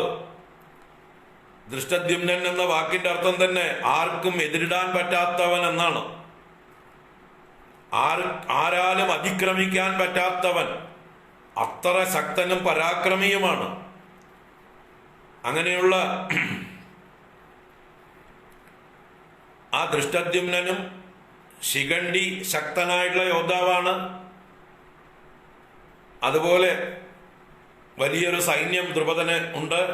അതുപോലെ ദ്രുപദന്റെ സാമന്ത രാജാക്കന്മാരായിട്ടുള്ള ആളുകളൊക്കെ ദ്രുപദന്റെ കൂടെ നിൽക്കും ഒരു യുദ്ധമുണ്ടാവുകയാണെങ്കിൽ. അപ്പൊ ദ്രുപദൻ ആ രീതിയിലാണ് ദൂതയച്ചത്. മര്യാദയ്ക്ക് അവർക്ക് അർഹതപ്പെട്ടതായിട്ടുള്ള രാജ്യം കൊടുത്തില്ലെങ്കിൽ ഒരു യുദ്ധം പ്രതീക്ഷിച്ചോളൂ എന്നുള്ള രീതിയിലാണ് ദ്രുപദൻ ഹസ്തിനപുരത്തേക്ക് ദൂതനെ വിടുന്നത്. അതിന് കോംപ്രമൈസ് ആയിട്ടാണ് പിന്നീട് പാണ്ഡവന്മാരെ അവിടേക്ക് ക്ഷണിച്ചു വരുത്തുകയും അവർക്ക് പാതി രാജ്യം പങ്കിട്ട് കൊടുക്കുക എന്നുള്ള വ്യാജേന ആർക്കും വേണ്ടാത്ത മരുഭൂമി പോലെയുള്ള, ചുടുകാട് പോലെയുള്ള ഗാണ്ഡവം എന്ന പേരുള്ള ഒരു വനം, കല്ലും മുള്ളും മുൾച്ചെടികളും ഒക്കെ നിറഞ്ഞതായിട്ടുള്ള ഒരു വനമാണ് പാണ്ഡവന്മാർക്ക് പാതി രാജ്യമായിട്ട് വിഭജിച്ചു കൊടുത്തത്. യുധിഷ്ഠിരൻ മര്യാദക്കാരനായതുകൊണ്ട് കോംപ്രമൈസിന് തയ്യാറായി. കാരണം അദ്ദേഹത്തിന് അനാവശ്യമായിട്ടുള്ള യുദ്ധത്തിലൊന്നും താല്പര്യമില്ല. പിന്നെ തൻ്റെ ശക്തിയിലും തൻ്റെ സഹോദരന്മാരുടെ ശക്തിയിലും ആത്മവിശ്വാസമുണ്ട്. അതുകൊണ്ട് തന്നെ എവിടെയെങ്കിലും ഒന്ന് സ്വന്തമായിട്ട് അർഹതപ്പെട്ടൊരു ഭൂമി, തൻ്റെ പൈതൃകമായിട്ടുള്ളത് കിട്ടിയാൽ, അച്ഛൻ്റെ സാമ്രാജ്യമാണ്, ആ പൈതൃകമായിട്ടുള്ളത് കിട്ടിയാൽ അതിലിരുന്നു കൊണ്ട് സാമ്രാജ്യം വലുതാക്കാം, വികസിപ്പിക്കാം, ശക്തമാക്കാം എന്നുള്ള വിശ്വാസം യുധിഷ്ഠിരനുള്ളത് കൊണ്ട് കിട്ടിയത് മേടിച്ചു അദ്ദേഹം. അവിടെ ഇരുന്നുകൊണ്ട് തൻ്റെ കഴിവ് തെളിയിച്ചോളാം എന്ന് വിചാരിച്ചിട്ട് അങ്ങനെ പകുതി കിട്ടിയതായിട്ടുള്ള ഗാണ്ഡവം എന്നതായിട്ടുള്ള ആ വനത്തെ വെട്ടി വെളുപ്പിക്കുകയാണ്, ദഹിപ്പിക്കുകയാണ് ഉണ്ടാകുന്നത്. അത് അഗ്നിദേവന്റെ ഒരു ആവശ്യവും കൂടിയായിരുന്നു. അഗ്നിദേവൻ ഈ ഗാണ്ഡവ വനത്തെ ദഹിപ്പിക്കാനായിട്ട് ശ്രമിച്ചപ്പോഴൊക്കെ ഇന്ദ്രൻ മഴ പെയ്യിച്ച് ആ അഗ്നിയെ കെടുത്തി. എന്നുവെച്ചാൽ അഗ്നിദേവന് ഏതൊക്കെയോ യാഗങ്ങളിൽ പങ്കെടുത്ത് നിരന്തരമായിട്ട് ഹോമദ്രവ്യങ്ങൾ ഭക്ഷിച്ചിട്ടും മറ്റുമൊക്കെ ദഹനക്കേടുണ്ടായി എന്നുള്ള ഒരു അവസ്ഥയിൽ അദ്ദേഹത്തിന് ആ ദഹനക്കേട് മാറാൻ ബ്രഹ്മദേവൻ ഉപദേശിച്ചതാണ് ഈ ഗാണ്ഡവ വനത്തിലെ ഔഷധ സസ്യങ്ങളും അതുപോലെയുള്ള ജീവജാലങ്ങളെയൊക്കെ ഭക്ഷിച്ച് അദ്ദേഹത്തിന്റെ ഉദരവൈഷമ്യം മാറ്റാനായിക്കൊണ്ട്. അങ്ങനെ ബ്രഹ്മദേവന്റെ നിർദ്ദേശപ്രകാരം ഗാണ്ഡവ വനത്തെ അഗ്നി പല പ്രാവശ്യം ദഹിപ്പിക്കാൻ ശ്രമിച്ചപ്പോൾ ആ ഗാണ്ഡവ വനത്തില് ഇന്ദ്രന്റെ വിശ്വസ്തനായിട്ടുള്ള തക്ഷകൻ എന്ന നാഗം വസിച്ചിരുന്നു. ആ തക്ഷകൻ ഇന്ദ്രനെ ആശ്രയിച്ചുകൊണ്ട് ഇന്ദ്രനെ കൊണ്ട് മഴ പെയ്യിച്ചു. അങ്ങനെ എപ്പോഴും മഴ പെയ്യിച്ച് അഗ്നിക്ക് ഇത് ദഹിപ്പിക്കാൻ വഴിയില്ലായിരുന്നു. അങ്ങനെ ഇരിക്കെ അഗ്നിദേവൻ ശ്രീകൃഷ്ണനും അർജുനനുമായിട്ട് ഒരിക്കൽ നായാട്ടിന് പോയതായിട്ടുള്ള സന്ദർഭത്തിൽ അവരെ സമീപിക്കുകയാണ് ഉണ്ടാവുന്നത്. അങ്ങനെ കൃഷ്ണനും അർജുനനും അഗ്നിക്ക് സഹായം ചെയ്യാമെന്ന് വാഗ്ദാനം ചെയ്തിട്ടാണ് അർജുനൻ ശരം കൊണ്ട് ഒരു പന്തൽ കെട്ടി ആകാശം മഴ പെയ്യാത്ത രീതിയിൽ വാട്ടർ പ്രൂഫിംഗ് ചെയ്ത് ആ ഗാണ്ഡവ വനത്തെ ദഹിപ്പിക്കുന്നതായിട്ടുള്ള സംഭവം. അങ്ങനെ ഗാണ്ഡവ വനം ദഹിപ്പിച്ച് അഗ്നിക്ക് ഭക്ഷണം കൊടുത്തു. അഗ്നി സന്തോഷിച്ചു. ആ ഗാണ്ഡവ വനത്തില് ഉണ്ടായിരുന്ന തക്ഷകൻ രക്ഷപ്പെട്ടു പോകുന്നുണ്ട്. അർജുനന്റെയും ഭഗവാന്റെയും കാല് പിടിച്ച് രക്ഷപ്പെട്ടു പോകുന്നു. അവിടെ മയൻ എന്ന അസുര ശില്പി ആ കാട്ടിലുണ്ടായിരുന്നു. അദ്ദേഹവും അർജുനനോടും കൃഷ്ണനോടും അഭയം ചോദിച്ച് അദ്ദേഹവും രക്ഷപ്പെട്ടു. ബാക്കിയുള്ള സർവ്വ ജീവജാലങ്ങളും പക്ഷി മൃഗാദികളൊക്കെ തന്നെ ആ വനത്തിൽ കത്തി അഗ്നിക്ക് ഭക്ഷണമായി തീർന്നു. ആ ദേശമാണ് പിന്നീട് ഇന്ദ്രപ്രസ്ഥമാക്കി മാറ്റുന്നത്. അപ്പൊ ഈ മയൻ തനിക്ക് അഭയം കൊടുത്തതായിട്ടുള്ള കൃഷ്ണനും അർജുനനുമായിട്ടൊരു സമ്മാനമായിട്ട് എന്താ ഞാൻ ചെയ്യേണ്ടത് എന്ന് ചോദിച്ചപ്പോഴാണ് കൃഷ്ണൻ തന്നെ പറഞ്ഞത്, ഇവർക്ക് വേണ്ടി അങ്ങൊരു സഭ പണിതു കൊടുത്തു, ഗംഭീരമായിട്ടൊരു സഭ പണിതു കൊടുക്കൂ, അങ്ങയുടെ ശില്പ ചാതുര്യങ്ങളെല്ലാം പ്രയോഗിച്ചുകൊണ്ട് നല്ലൊരു സഭ പണിതു കൊടുക്കൂ എന്ന് പറഞ്ഞ് ഭഗവാന്റെ നിർദ്ദേശപ്രകാരം മയൻ പണിതു കൊടുത്ത രാജധാനിയാണ് ഇന്ദ്രപ്രസ്ഥം. ആ ഇന്ദ്രപ്രസ്ഥത്തില് വിശേഷമായിട്ടുള്ള ചില പ്രവൃത്തികളും അദ്ദേഹം ചെയ്തു. അതാണ് ഒരു പ്രത്യേകമായിട്ടുള്ള സഭ. ആ സഭയില്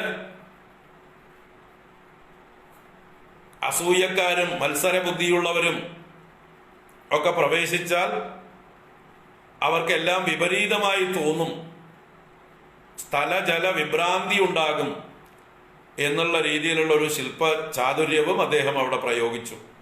അപ്പോൾ മത്സരബുദ്ധിയുള്ളവര്, അസൂയുള്ളവര്, കുനിഷ്ഠ കുശുംബ മുതലായ എന്താ പറയുക നിഷ്കളങ്കത ഇല്ലാത്തവർ അവിടെ പ്രവേശിച്ചാൽ അവർക്ക് അവിടെ ആകെ പരിഭ്രമം ഉണ്ടാകും. അങ്ങനെയുള്ള ഒരു സഭയടക്കം ആ ഇന്ദ്രപ്രസ്ഥം എന്ന രാജധാനി മയന്റെ ശില്പചാതുര്യത്തോടുകൂടി അത്ഭുതകരമായിട്ട് നിർമ്മിച്ചു കൊടുത്തു. പിന്നീട് പാണ്ഡവന്മാർ അവിടേക്ക് താമസം മാറ്റുകയാണ്. അങ്ങനെ ഇന്ദ്രപ്രസ്ഥത്തിൽ പാണ്ഡവന്മാർ സുഖമായി താമസം ആരംഭിക്കുന്നു. ഈ സന്ദർഭത്തിലാണ് അവർക്ക് അവരുടെ രാജ്യം കൂടുതൽ മറ്റുള്ള രാജാക്കന്മാരുടെ ഇടയിൽ അംഗീകാരം പിടിച്ചു പറ്റാനും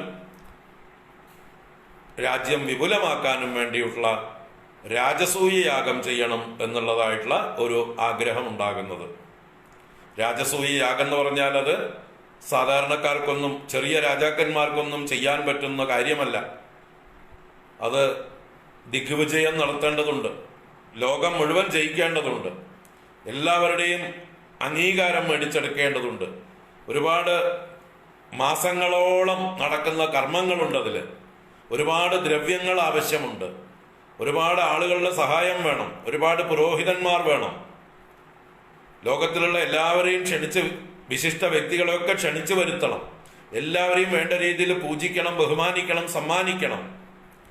അങ്ങനെ വലിയ ചിലവേറിയതും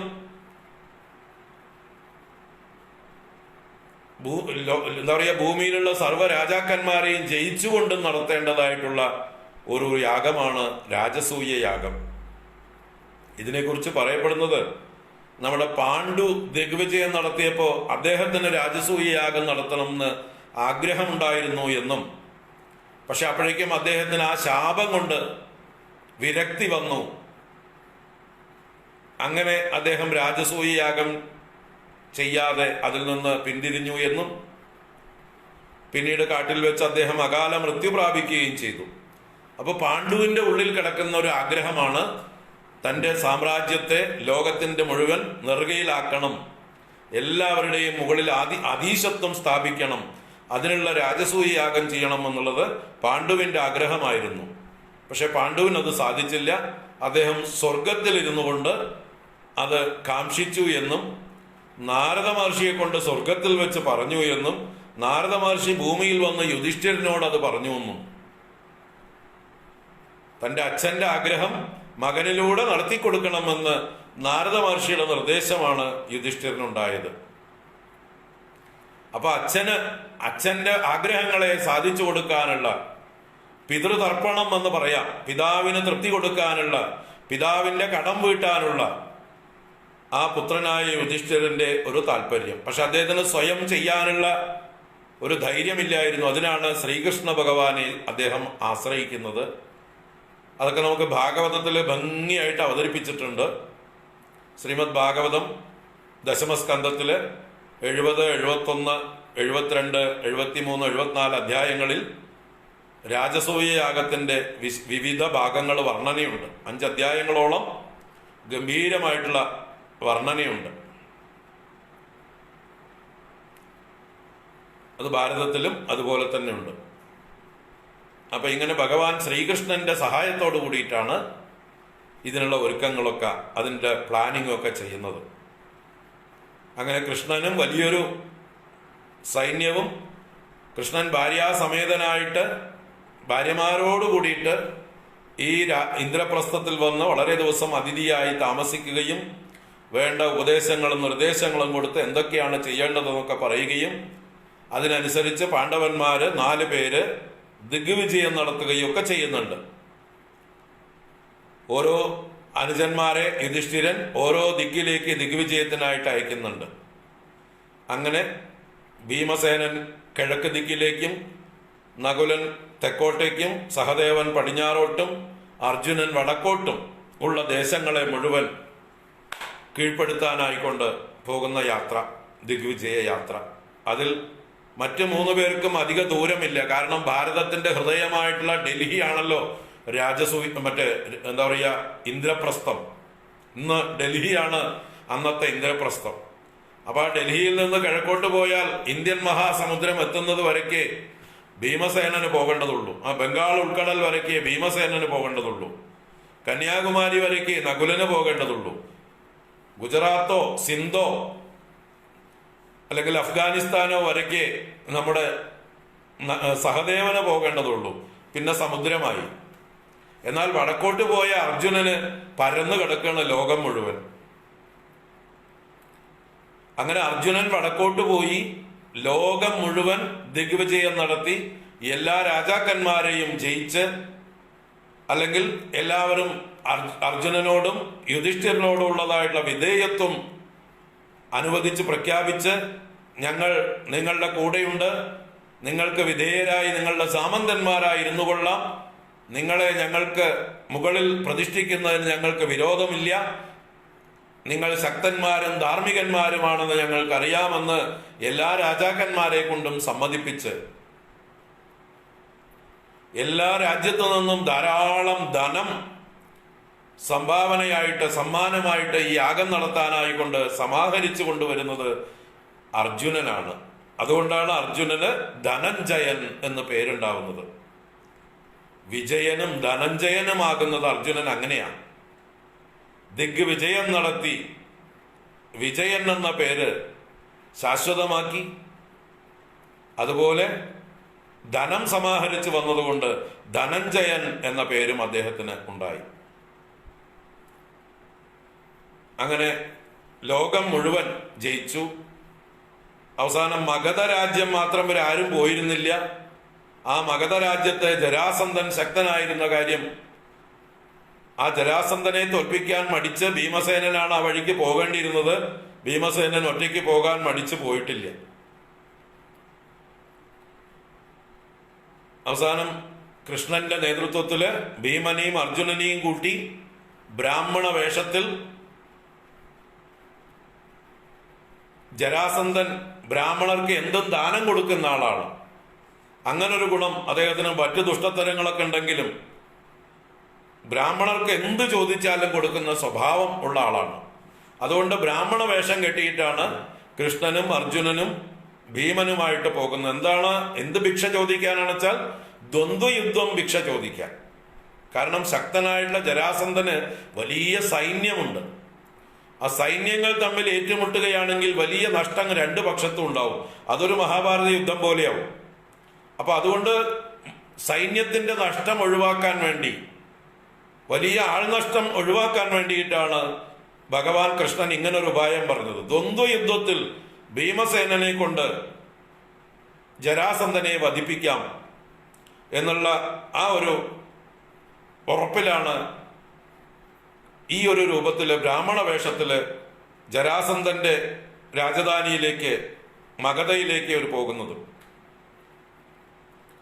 അങ്ങനെ ജരാസന്ധൻ നിത്യവും അദ്ദേഹത്തിന്റെ രാവിലത്തെ കർമ്മങ്ങളൊക്കെ കഴിഞ്ഞാൽ ബ്രാഹ്മണർക്ക് ദാനം ചെയ്യുന്ന ചടങ്ങാണ്.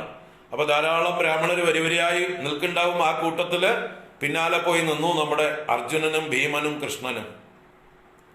ഇവര് മൂന്നാളും ബ്രാഹ്മണ വേഷത്തിൽ ചെന്നു. ബാക്കിയുള്ളവരുടെയൊക്കെ ദാനം കഴിഞ്ഞ് ജരാസന്ധൻ ഇവരുടെ നേരെ തിരിഞ്ഞപ്പോ ഇവരെ കണ്ടിട്ട് പന്തികേട് തോന്നി. കാരണം ബ്രാഹ്മണരുടേതായിട്ടുള്ളൊരു സാത്വിക ഭാവമൊന്നുമല്ല. ശരീരപ്രകൃതി കണ്ടാൽ അറിയാം, നല്ല അല്ലെ 6 പാക്ക് മസിൽസോട് കൂടിയ അർജുനനും ഭീമനെയും കണ്ടു കഴിഞ്ഞാൽ ബ്രാഹ്മണരാണെന്ന് വിചാരിക്കൂ.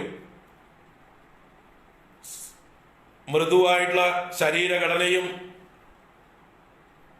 സ്വഭാവവും പെരുമാറ്റവും ശരീരഭാഷയും അതെവിടെ കിടക്കണു? ഈ ക്ഷത്രിയന്മാരായിട്ടുള്ള വീരന്മാരായിട്ടുള്ള ഇവരുടെ ശരീരഘടന എവിടെ കിടക്കണു? അപ്പൊ ഇത് കണ്ടിട്ട് ഈ ജരാസന്ധൻ തന്നെ ചോദിക്കുന്നുണ്ട്, സത്യം പറയൂ, നിങ്ങൾ ആരാണെന്ന്?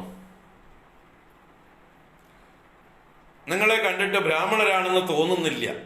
പക്ഷെ പേടിക്കേണ്ട, സത്യം പറഞ്ഞോളൂ. ജരാസന്ധനാണ് പറയുന്നത്, ബ്രാഹ്മണ വേഷത്തിൽ വന്നതുകൊണ്ട് നിങ്ങൾ ചോദിച്ചതെന്തും ഞാൻ നൽകും. പക്ഷെ സത്യം പറയൂ, എന്താണ്, നിങ്ങൾ ആരാണെന്ന് പറയൂ എന്ന് പറഞ്ഞതായിട്ട് സമയത്ത് ശ്രീകൃഷ്ണൻ തന്നെയാണ് ചിരിച്ചോണ്ട് ജരാസന്ധനോട് പറഞ്ഞത്, ഞങ്ങള് ബ്രാഹ്മണരൊന്നുമല്ല, ഞങ്ങൾ ക്ഷത്രിയർ തന്നെയാണ്. ഞാൻ ദ്വാരകാവാസിയായിട്ടുള്ള ശ്രീകൃഷ്ണനാണ്. ഇത് പാണ്ഡവന്മാരാണ്. രണ്ടാമത്തെ യുധിഷ്ഠിരന്റെ സഹോദരനായിട്ടുള്ള ഭീമനും മൂന്നാമനായിട്ടുള്ള അർജുനനുമാണിത്. ഞങ്ങൾ 3 പേരും വന്നത് അങ്ങയോടൊരു ദാനം ചോദിക്കാൻ വേണ്ടിയിട്ടാണ്. ദ്വന്ദ്വയുദ്ധം ആണ് ഞങ്ങൾ ദാനമായിട്ട് അങ്ങയിൽ നിന്ന് പ്രതീക്ഷിക്കുന്നത്.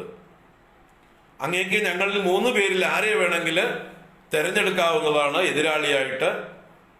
അങ്ങനെ ദ്വന്ദ്വയുദ്ധം ദാനമായിട്ട് നൽകണം എന്നാവശ്യപ്പെട്ടു. അപ്പോ ജരാസന്ധൻ 10,000 ആനയുടെ ശക്തിയുള്ള ആളാണ്. അദ്ദേഹത്തിനെ അങ്ങനെയൊന്നും ആർക്കും കൊല്ലാൻ പറ്റില്ല. അപ്പൊ അദ്ദേഹത്തിന് ആ ഒരു അമിത ആത്മവിശ്വാസമുണ്ട്. അദ്ദേഹം ചിരിച്ചുകൊണ്ട് പരിഹസിച്ചുകൊണ്ട് പറഞ്ഞു, നിങ്ങളിൽ വാസ്തവത്തിൽ ആർക്കാണ് എന്നോട് എതിരിടാൻ ശക്തിയുള്ളത്? ഈ കൃഷ്ണൻ എന്നെ പേടിച്ച് മധുരാപുരി വിട്ട് ദ്വാരകയിലേക്ക് ഒളിച്ചോടിപ്പോയ ആളല്ലേ. ഇവനോട് ഞാൻ യുദ്ധത്തിനില്ല. ഇവൻ എന്നോട് എതിരിടാൻ ശക്തനല്ല, ഭീരുവാണവൻ എന്ന് പറഞ്ഞ് കൃഷ്ണനെ പരിഹസിച്ചു. കാരണം മുമ്പ് ഈ മധുരാപുരിയെ ആക്രമിക്കുന്നുണ്ട് ജരാസന്ധൻ. ജരാസന്ധന്റെ മക്കളായിട്ടുള്ള പെൺമക്കളാണ് അസ്ഥി, പ്രാപ്തി. അവരുടെ ഭർത്താവാണ് കംസൻ. ആ കംസനെ കൃഷ്ണൻ വധിച്ചപ്പോ പ്രതികാരം ചെയ്യാൻ വേണ്ടി ജരാസന്ധൻ മധുരാപുരിയെ ആക്രമിച്ചപ്പോ 17 പ്രാവശ്യം വലിയ സൈന്യവുമായിട്ട് വന്ന ജരാസന്ധ സൈന്യത്തെ കൃഷ്ണനും ബലരാമനും കൂടി നശിപ്പിച്ച് അയച്ചതാണ്. പക്ഷെ 18ാമത്തെ പ്രാവശ്യം ജരാസന്ധൻ വീണ്ടും വന്നപ്പോ ഭഗവാൻ ലീലയായിട്ട് അവിടുന്ന് രക്ഷപ്പെടുന്നത് പോലെ അഭിനയിച്ചു പോവുകയാണ് ഉണ്ടായത്. കാരണം തന്റെ കൈകൊണ്ടല്ല ഈ ജരാസന്ധൻ മരിക്കേണ്ടത് എന്നും അത് ഭീമസേനന്റെ കൈകൊണ്ട് മരിക്കേണ്ട ആളാണെന്നും കൃഷ്ണൻ അന്നേ അറിയാം. അങ്ങനെ ഈ ജരാസന്ധനെ ഭീമസേനന്റെ കൈകൊണ്ട് കൊന്നാലേ പാണ്ഡവന്മാർക്ക് ലോകം അംഗീകാരം കൊടുക്കുള്ളൂ. ആ പാണ്ഡവന്മാരിലൂടെ ധർമ്മ സംസ്ഥാപനം അന്നേ മനസ്സിൽ കാണുന്ന ആളാണ് കൃഷ്ണൻ. പാണ്ഡവന്മാർക്ക് വിജയം കൊടുക്കണം, പാണ്ഡവന്മാർക്ക് ലോകത്തില് അംഗീകാരം കൊടുക്കണം. അവര് വീരരാണ്, അവര് ശക്തരാണ്, അവര് ഏതെങ്കിലും ആരുടെയെങ്കിലും ഔദാര്യം കൊണ്ട് എവിടെയും കയറിപ്പറ്റിയവരല്ല, അവർ ഉത്തമ ക്ഷത്രിയരാണ് എന്നത് ലോകത്തിന് വെളിവാക്കി കൊടുക്കാൻ ഭഗവാൻ അന്നേ പ്ലാൻ ചെയ്തിട്ടുണ്ട്. അതുകൊണ്ട് വായുപുത്രനായ ഭീമസേനന്റെ കൈകൊണ്ട് ജരാസന്ധനെ കൊല്ലാൻ ബാക്കി വെച്ചിരിക്കുകയാണ്. അതിനു വേണ്ടിയിട്ടാണ് ഭീമസേനന്റെ ജന്മവുമാണെന്ന് പറയാം. ഭീമസേനന് നാഗരസം കുടിച്ച് 10,000 ആനകളുടെ ശക്തി കിട്ടിയതും ഇതിനു വേണ്ടിയിട്ടാണ്, ഈ ജരാസന്ധനോട് മല്ല് കെട്ടാൻ വേണ്ടിയിട്ടാണ്. അപ്പൊ ഇങ്ങനെയൊക്കെ കഥകളുടെ പുറകില് കഥകളുണ്ട്, പിണഞ്ഞു കിടപ്പുണ്ട് ഒരുപാട് കാര്യങ്ങൾ. ഇതൊക്കെ കൃഷ്ണന്റെ ഉള്ളിൽ പ്ലാനിങ് ഉണ്ട്. അദ്ദേഹം ത്രികാലജ്ഞാനിയാണ്, സർവജ്ഞനാണ്, ഇതിന്റെ എല്ലാറ്റിന്റെയും തിരക്കഥാകൃത്താണ് വേണമെങ്കിൽ. അല്ലേ? ആ തിരക്കഥാകൃത്തിന് അറിയാം ആര്, എപ്പോ, എന്ത്, എവിടെ, എങ്ങനെയെന്നൊക്കെ. അതുകൊണ്ട് അപ്പോ ജരാസന്ധനെ 18ാമത്തെ പ്രാവശ്യത്തിൽ യുദ്ധത്തിന് വന്നപ്പോ ഒഴിവാക്കി ഒളിച്ചോടിപ്പോകുന്നത് പോലെ ദ്വാരകാപുരിയിലേക്ക് പോയതാണ്. രാത്രിക്ക് രാത്രി ദ്വാരകാപുരി പണിത് തന്റെ മധുരാപുരവാസികളായ യാദവന്മാരെ മുഴുവൻ തന്റെ യോഗശക്തി കൊണ്ട് ദ്വാരകയിലേക്ക് മാറ്റി താനും ജ്യേഷ്ഠനായ ബലരാമനും പിന്നീട് അവിടെ പോയി ചേർന്നത്. അപ്പൊ ഇതൊക്കെ കഥയുടെ പുറകിലുണ്ട്. അപ്പൊ അതുകൊണ്ട് ജരാസന്ധൻ കൃഷ്ണനെ പരിഹസിച്ചു. പിന്നീട് അർജുനനെ നോക്കി പറഞ്ഞു, ഇവൻ ചെറിയ കുട്ടിയാണ്, ഇവന് എന്നെ എതിരിടാനുള്ള ശക്തിയില്ല, അതുകൊണ്ട് ഇവനും വേണ്ട. കുറച്ചെങ്കിലും എന്നോട് എതിരിടാൻ ശക്തിയുള്ളവൻ ഈ ഭീമനാണ്, അതുകൊണ്ട് ഞാനും ഭീമനുമായിട്ട് ആവാം ദ്വന്ദ്വയുദ്ധം എന്ന് പറഞ്ഞ് ആ ദ്വന്ദ്വയുദ്ധം വാഗ്ദാനം കൊടുക്കുന്നു. ജരാസന്ധന്റെ അതിഥികളായിട്ട് ആ മഗധയിൽ തന്നെ ഇവര് താമസിച്ചുകൊണ്ട് ദിവസങ്ങളോളം നീളുന്ന ദ്വന്ദ്വയുദ്ധമാണ്. സൂര്യോദയത്തിൽ എഴുന്നേറ്റ് അവരുടെ നിത്യകർമ്മങ്ങളൊക്കെ കഴിഞ്ഞാൽ ജരാസന്ധന്റെ അതിഥികളായിട്ടുള്ളവർക്ക് ജരാസന്ധൻ ഇഷ്ടം പോലെ ഏത് ഭക്ഷണം വേണമെങ്കിൽ കഴിക്കാനുള്ള നറിഷിംഗ് ഫുഡൊക്കെ കൊടുത്തിട്ടുണ്ട്. അതുപോലെ കിടക്കാനുള്ള സൗകര്യങ്ങള്, വിശ്രമിക്കാനുള്ള സൗകര്യങ്ങള്, വ്യായാമത്തിനുള്ള സൗകര്യങ്ങൾ എന്ന് പറഞ്ഞ പോലെ എല്ലാ സൗകര്യങ്ങളും കൊടുത്തിട്ടുണ്ട്. അങ്ങനെ ജരാസന്ധന്റെ അതിഥികളായി കഴിയുകയാണ്. രാവിലെ തൊട്ട് വൈകുന്നേരം വരെ യുദ്ധം, രാത്രി ഒന്നിച്ച് വിശ്രമം, ഇങ്ങനെയുള്ള വളരെ മാന്യമായിട്ടൊരു ആതിഥേയനായിട്ട് ജരാസന്ധൻ ഇവരെ സ്വീകരിക്കുന്നുണ്ട്. അങ്ങനെ ദിവസങ്ങളോളം നീണ്ടുനിന്ന യുദ്ധത്തിൽ, മല്ലയുദ്ധത്തിൽ ഭീമസേനൻ തളർന്നു വരികയാണ്. അവസാനം ഭീമസേനൻ കൃഷ്ണനെ ഒരു ദിവസം രാത്രി ഉറക്കത്തിൽ സ്വകാര്യമായിട്ട് തന്റെ അവശത പറയുന്നുണ്ട്. നമുക്ക് പോകാമെന്നുള്ള രീതിയിൽ, മതിയായി എനിക്ക് എന്നുള്ള രീതിയിൽ. അപ്പോഴാണ് ഭഗവാൻ ചിരിച്ചുകൊണ്ട് ഭീമസേനനെ തന്റെ കൈകളെ കൊണ്ട് അമൃതം വർഷിക്കുന്ന ആ കരസ്പർശം കൊണ്ട് തലോടി പൂർവാധികം ശക്തനാക്കി നാളെ ശരിയാക്കാമെന്ന് പറഞ്ഞ് 19 ദിവസമോ മറ്റോ നീണ്ടുനിന്ന യുദ്ധമാണ്. അതിൽ 20ാമത്തെ ദിവസമോ മറ്റോ അവസാനം, അതോ 27ാമത്തെ ദിവസമാണോ ഓർമ്മയില്ല, അങ്ങനെ ഒരു കുറെ ദിവസങ്ങൾക്ക് ശേഷം എങ്ങനെയാണ് ജരാസന്ധനെ കൊല്ലേണ്ടത് എന്നുള്ള വിദ്യ ഞാൻ പറഞ്ഞു തരാം എന്ന് ഭഗവാൻ സൂചിപ്പിച്ചിരുന്നു. ആ അന്നത്തെ ദിവസം യുദ്ധത്തിൽ ഭഗവാൻ ജരാസന്ധനോട് ഭീമൻ യുദ്ധം ചെയ്ത് തളരുന്നതായിട്ടുള്ള സന്ദർഭത്തിൽ ദീനനായി ഇടയ്ക്കിടയ്ക്ക് ഭഗവാനെ നോക്കിയപ്പോ ഭഗവാൻ അതിനുള്ള വഴി പറഞ്ഞു കൊടുത്തു. ഒരു മരക്കമ്പ് പൊട്ടിച്ചിട്ട് അതിനെ നെടുകെ രണ്ടായി കീറി വിപരീത ദിശയിലേക്ക് അതിന്റെ തലയും വാലും മാറ്റിയിട്ട് കൊണ്ട് കാണിച്ചു കൊടുത്തു. ഇവനെ ഇങ്ങനെ കൊല്ലാൻ പറ്റുള്ളൂ, കാരണം ഇവന്റെ ജന്മം ഇങ്ങനെയുള്ളതാണ്. മഗധ രാജ്ഞി പ്രസവിച്ചത് ഒരു 2 മാംസകഷ്ണങ്ങളായിരുന്നു, ഒരു ശരീരം രണ്ടായി കീറിയത്. അപ്പൊ ഇവൻ ജീവിക്കില്ല എന്ന് വിചാരിച്ച് ഉപേക്ഷിച്ചതായിട്ടുള്ള ഈ കുട്ടിയെ ജര എന്ന് പറഞ്ഞൊരു രാക്ഷസി കൗതുകം കൊണ്ട് 2 ശരീരങ്ങളും എടുത്ത് കൂട്ടിച്ചേർത്ത് വെച്ച് നോക്കിയതായിട്ടുള്ള സന്ദർഭത്തിൽ ആ രാക്ഷസിയുടെ സങ്കല്പം കൊണ്ടും ഈ കുട്ടിയുടെ പ്രാരബ്ധം കൊണ്ടും ഈ 2 ഭാഗങ്ങളും കൂടിച്ചേർന്ന് ജരയാൽ സന്ധിപ്പിക്കപ്പെട്ടവൻ ആണ് ജരാസന്ധൻ. ജര എന്ന രാക്ഷസിയാൽ സന്ധിപ്പിക്കപ്പെട്ടവനായ ജരാസന്ധൻ അവൻ ജീവിച്ചു വരികയും ശക്തനായി തീരുകയും ചെയ്തു. അപ്പൊ അവനെ വധിക്കണമെങ്കിൽ ഇങ്ങനെ കീറി തന്നെ കളയണം. അത് ഭഗവാൻ കാണിച്ചു കൊടുത്തു. അപ്രകാരം ഭീമൻ ആ യുദ്ധത്തിൽ വെച്ച് ജരാസന്ധനെ മറിച്ചിട്ട് മലത്തി അടിച്ച് ജരാസന്ധന്റെ ഒരു കാലിൽ തന്റെ കാൽ ചവിട്ടി നിർത്തി മറ്റേ കാല് പിടിച്ച് ആന തെങ്ങിന്റെ ഓല ചീന്തി എടുക്കുന്നത് പോലെ ശക്തിയായിട്ട് കീറി അങ്ങോട്ട് എടുത്തു. 2 നെടുകെ ഛേദിച്ച് 2 കഷ്ണങ്ങളെയും തല തിരിച്ച് അങ്ങോട്ടും ഇങ്ങോട്ടും വിപരീതമായിട്ടിട്ടു. കാരണം അടുപ്പിച്ചിട്ടാൽ കൂടിച്ചേരുന്നുള്ള രീതിയാണ്. അപ്പൊ അതിനെ വിപരീത ദിശയിലേക്ക് ഒരു ഭാഗം തല വടക്കോട്ടാണെങ്കിൽ മറ്റൊരു ഭാഗം തല തെക്കോട്ട് തിരിച്ചിട്ടിട്ട് ദൂരേക്ക് കളഞ്ഞു. അങ്ങനെ ജരാസന്ധ വധം നടന്ന് ദേവന്മാര് ഭീമസേനനെ പുഷ്പവൃഷ്ടി ചെയ്യുന്നു. അർജുനനും കൃഷ്ണനും ഭീമസേനനെ ആലിംഗനം ചെയ്ത് വിജയം ആഘോഷിച്ച് ആ ജരാസന്ധന്റെ കാരാഗൃഹത്തിലുണ്ടായിരുന്ന 20,800 രാജാക്കന്മാര് കാരാഗൃഹത്തിലുണ്ടായിരുന്നു. അവരെ മുഴുവൻ മോചിപ്പിച്ച് അവരെ സ്വതന്ത്രരാക്കി ഭഗവാൻ നിർബന്ധിച്ച് അവരുടെ രാജ്യങ്ങളിലേക്ക് അയക്കുന്നു. നിങ്ങൾ നിങ്ങളുടെ രാജ്യത്ത് ചെന്ന് മര്യാദക്കാരായി രാജ്യം ഭരിക്കുക, ഈ യുധിഷ്ഠിരനെ സഹായിക്കുക, യുധിഷ്ഠിരന്റെ രാജസൂയത്തിന് നിങ്ങളെല്ലാം ധാരാളം സമ്മാനം കൊണ്ട് കൊടുക്കുക, ധനം കൊണ്ട് കൊടുക്കുക, ആ രാജസൂയത്തെ വിജയിപ്പിക്കുക, അതൊക്കെയാണ് നിങ്ങളുടെ കർത്തവ്യം എന്ന് പറഞ്ഞ് അവരെയൊക്കെ അയക്കുകയും അങ്ങനെ ദിഗ്വിജയം പൂർത്തിയായതിനു ശേഷം രാജസൂയയാഗം ഭഗവാന്റെ മേൽനോട്ടത്തിൽ പണ്ഡിതന്മാരായ പുരോഹിതന്മാരുടെയൊക്കെ നേതൃത്വത്തിൽ വളരെ ദിവസങ്ങളോളം നീണ്ടു നിൽക്കുന്ന ചടങ്ങുകളോടുകൂടി നടത്തപ്പെടുന്നു. അതിനെക്കുറിച്ചും അതിൻ്റെ ബാക്കി അതിൻ്റെ തുടർകഥയും നമുക്ക് നാളെ കാണാം. ഇന്ന് സമയം ഒരുപാടായി അതിക്രമിച്ചിരിക്കുന്നു. അപ്പോൾ നാളെ തുടരാവുന്നതാണ്. നാളെ വെള്ളിയാഴ്ച, നാളെ വൈകുന്നേരം ഒരു ബ്രേക്ക് ഭഗവത്ഗീതയ്ക്ക്. നാളെ രാവിലത്തെ ക്ലാസ്സുകൾ ഉണ്ടാവും, നാളെ മാത്രം ഭഗവത്ഗീതയ്ക്ക് ഒരു ബ്രേക്ക്. ശനിയാഴ്ച തുടരും. നാളെ വൈകിട്ട് ഗീതയില്ല. നാളെ ദേവി മാഹാത്മ്യം വായിക്കുന്നവർക്കൊക്കെയുള്ള ബ്രേക്കാണ്. രാവിലെയും വൈകുന്നേരവും കൂടിയിട്ട് ദേവി മാഹാത്മ്യം വായിച്ചു തീർക്കുക. വായിക്കുന്നവർ അതിനുള്ളൊരു ഒഴിവ് കൊടുക്കണം.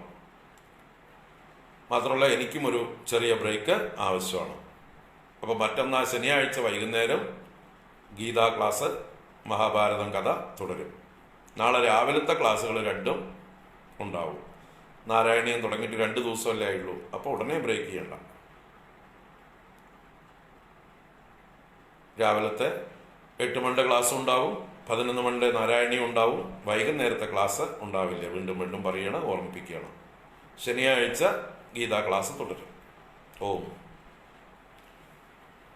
കായേന വാചാ മനസേന്ദ്രിയൈർവാ ബുദ്ധ്യാത്മനാ വാ പ്രകൃതേ സ്വഭാവാത് കരോമി യദ്യത് സകലം പരസ്മൈ നാരായണായേതി സമർപ്പയാമി. ഓം ശാന്തി ശാന്തി ശാന്തി. ഹരി ഓം. ശ്രീ ഗുരുഭ്യോ നമഃ. ഹരി ഓം.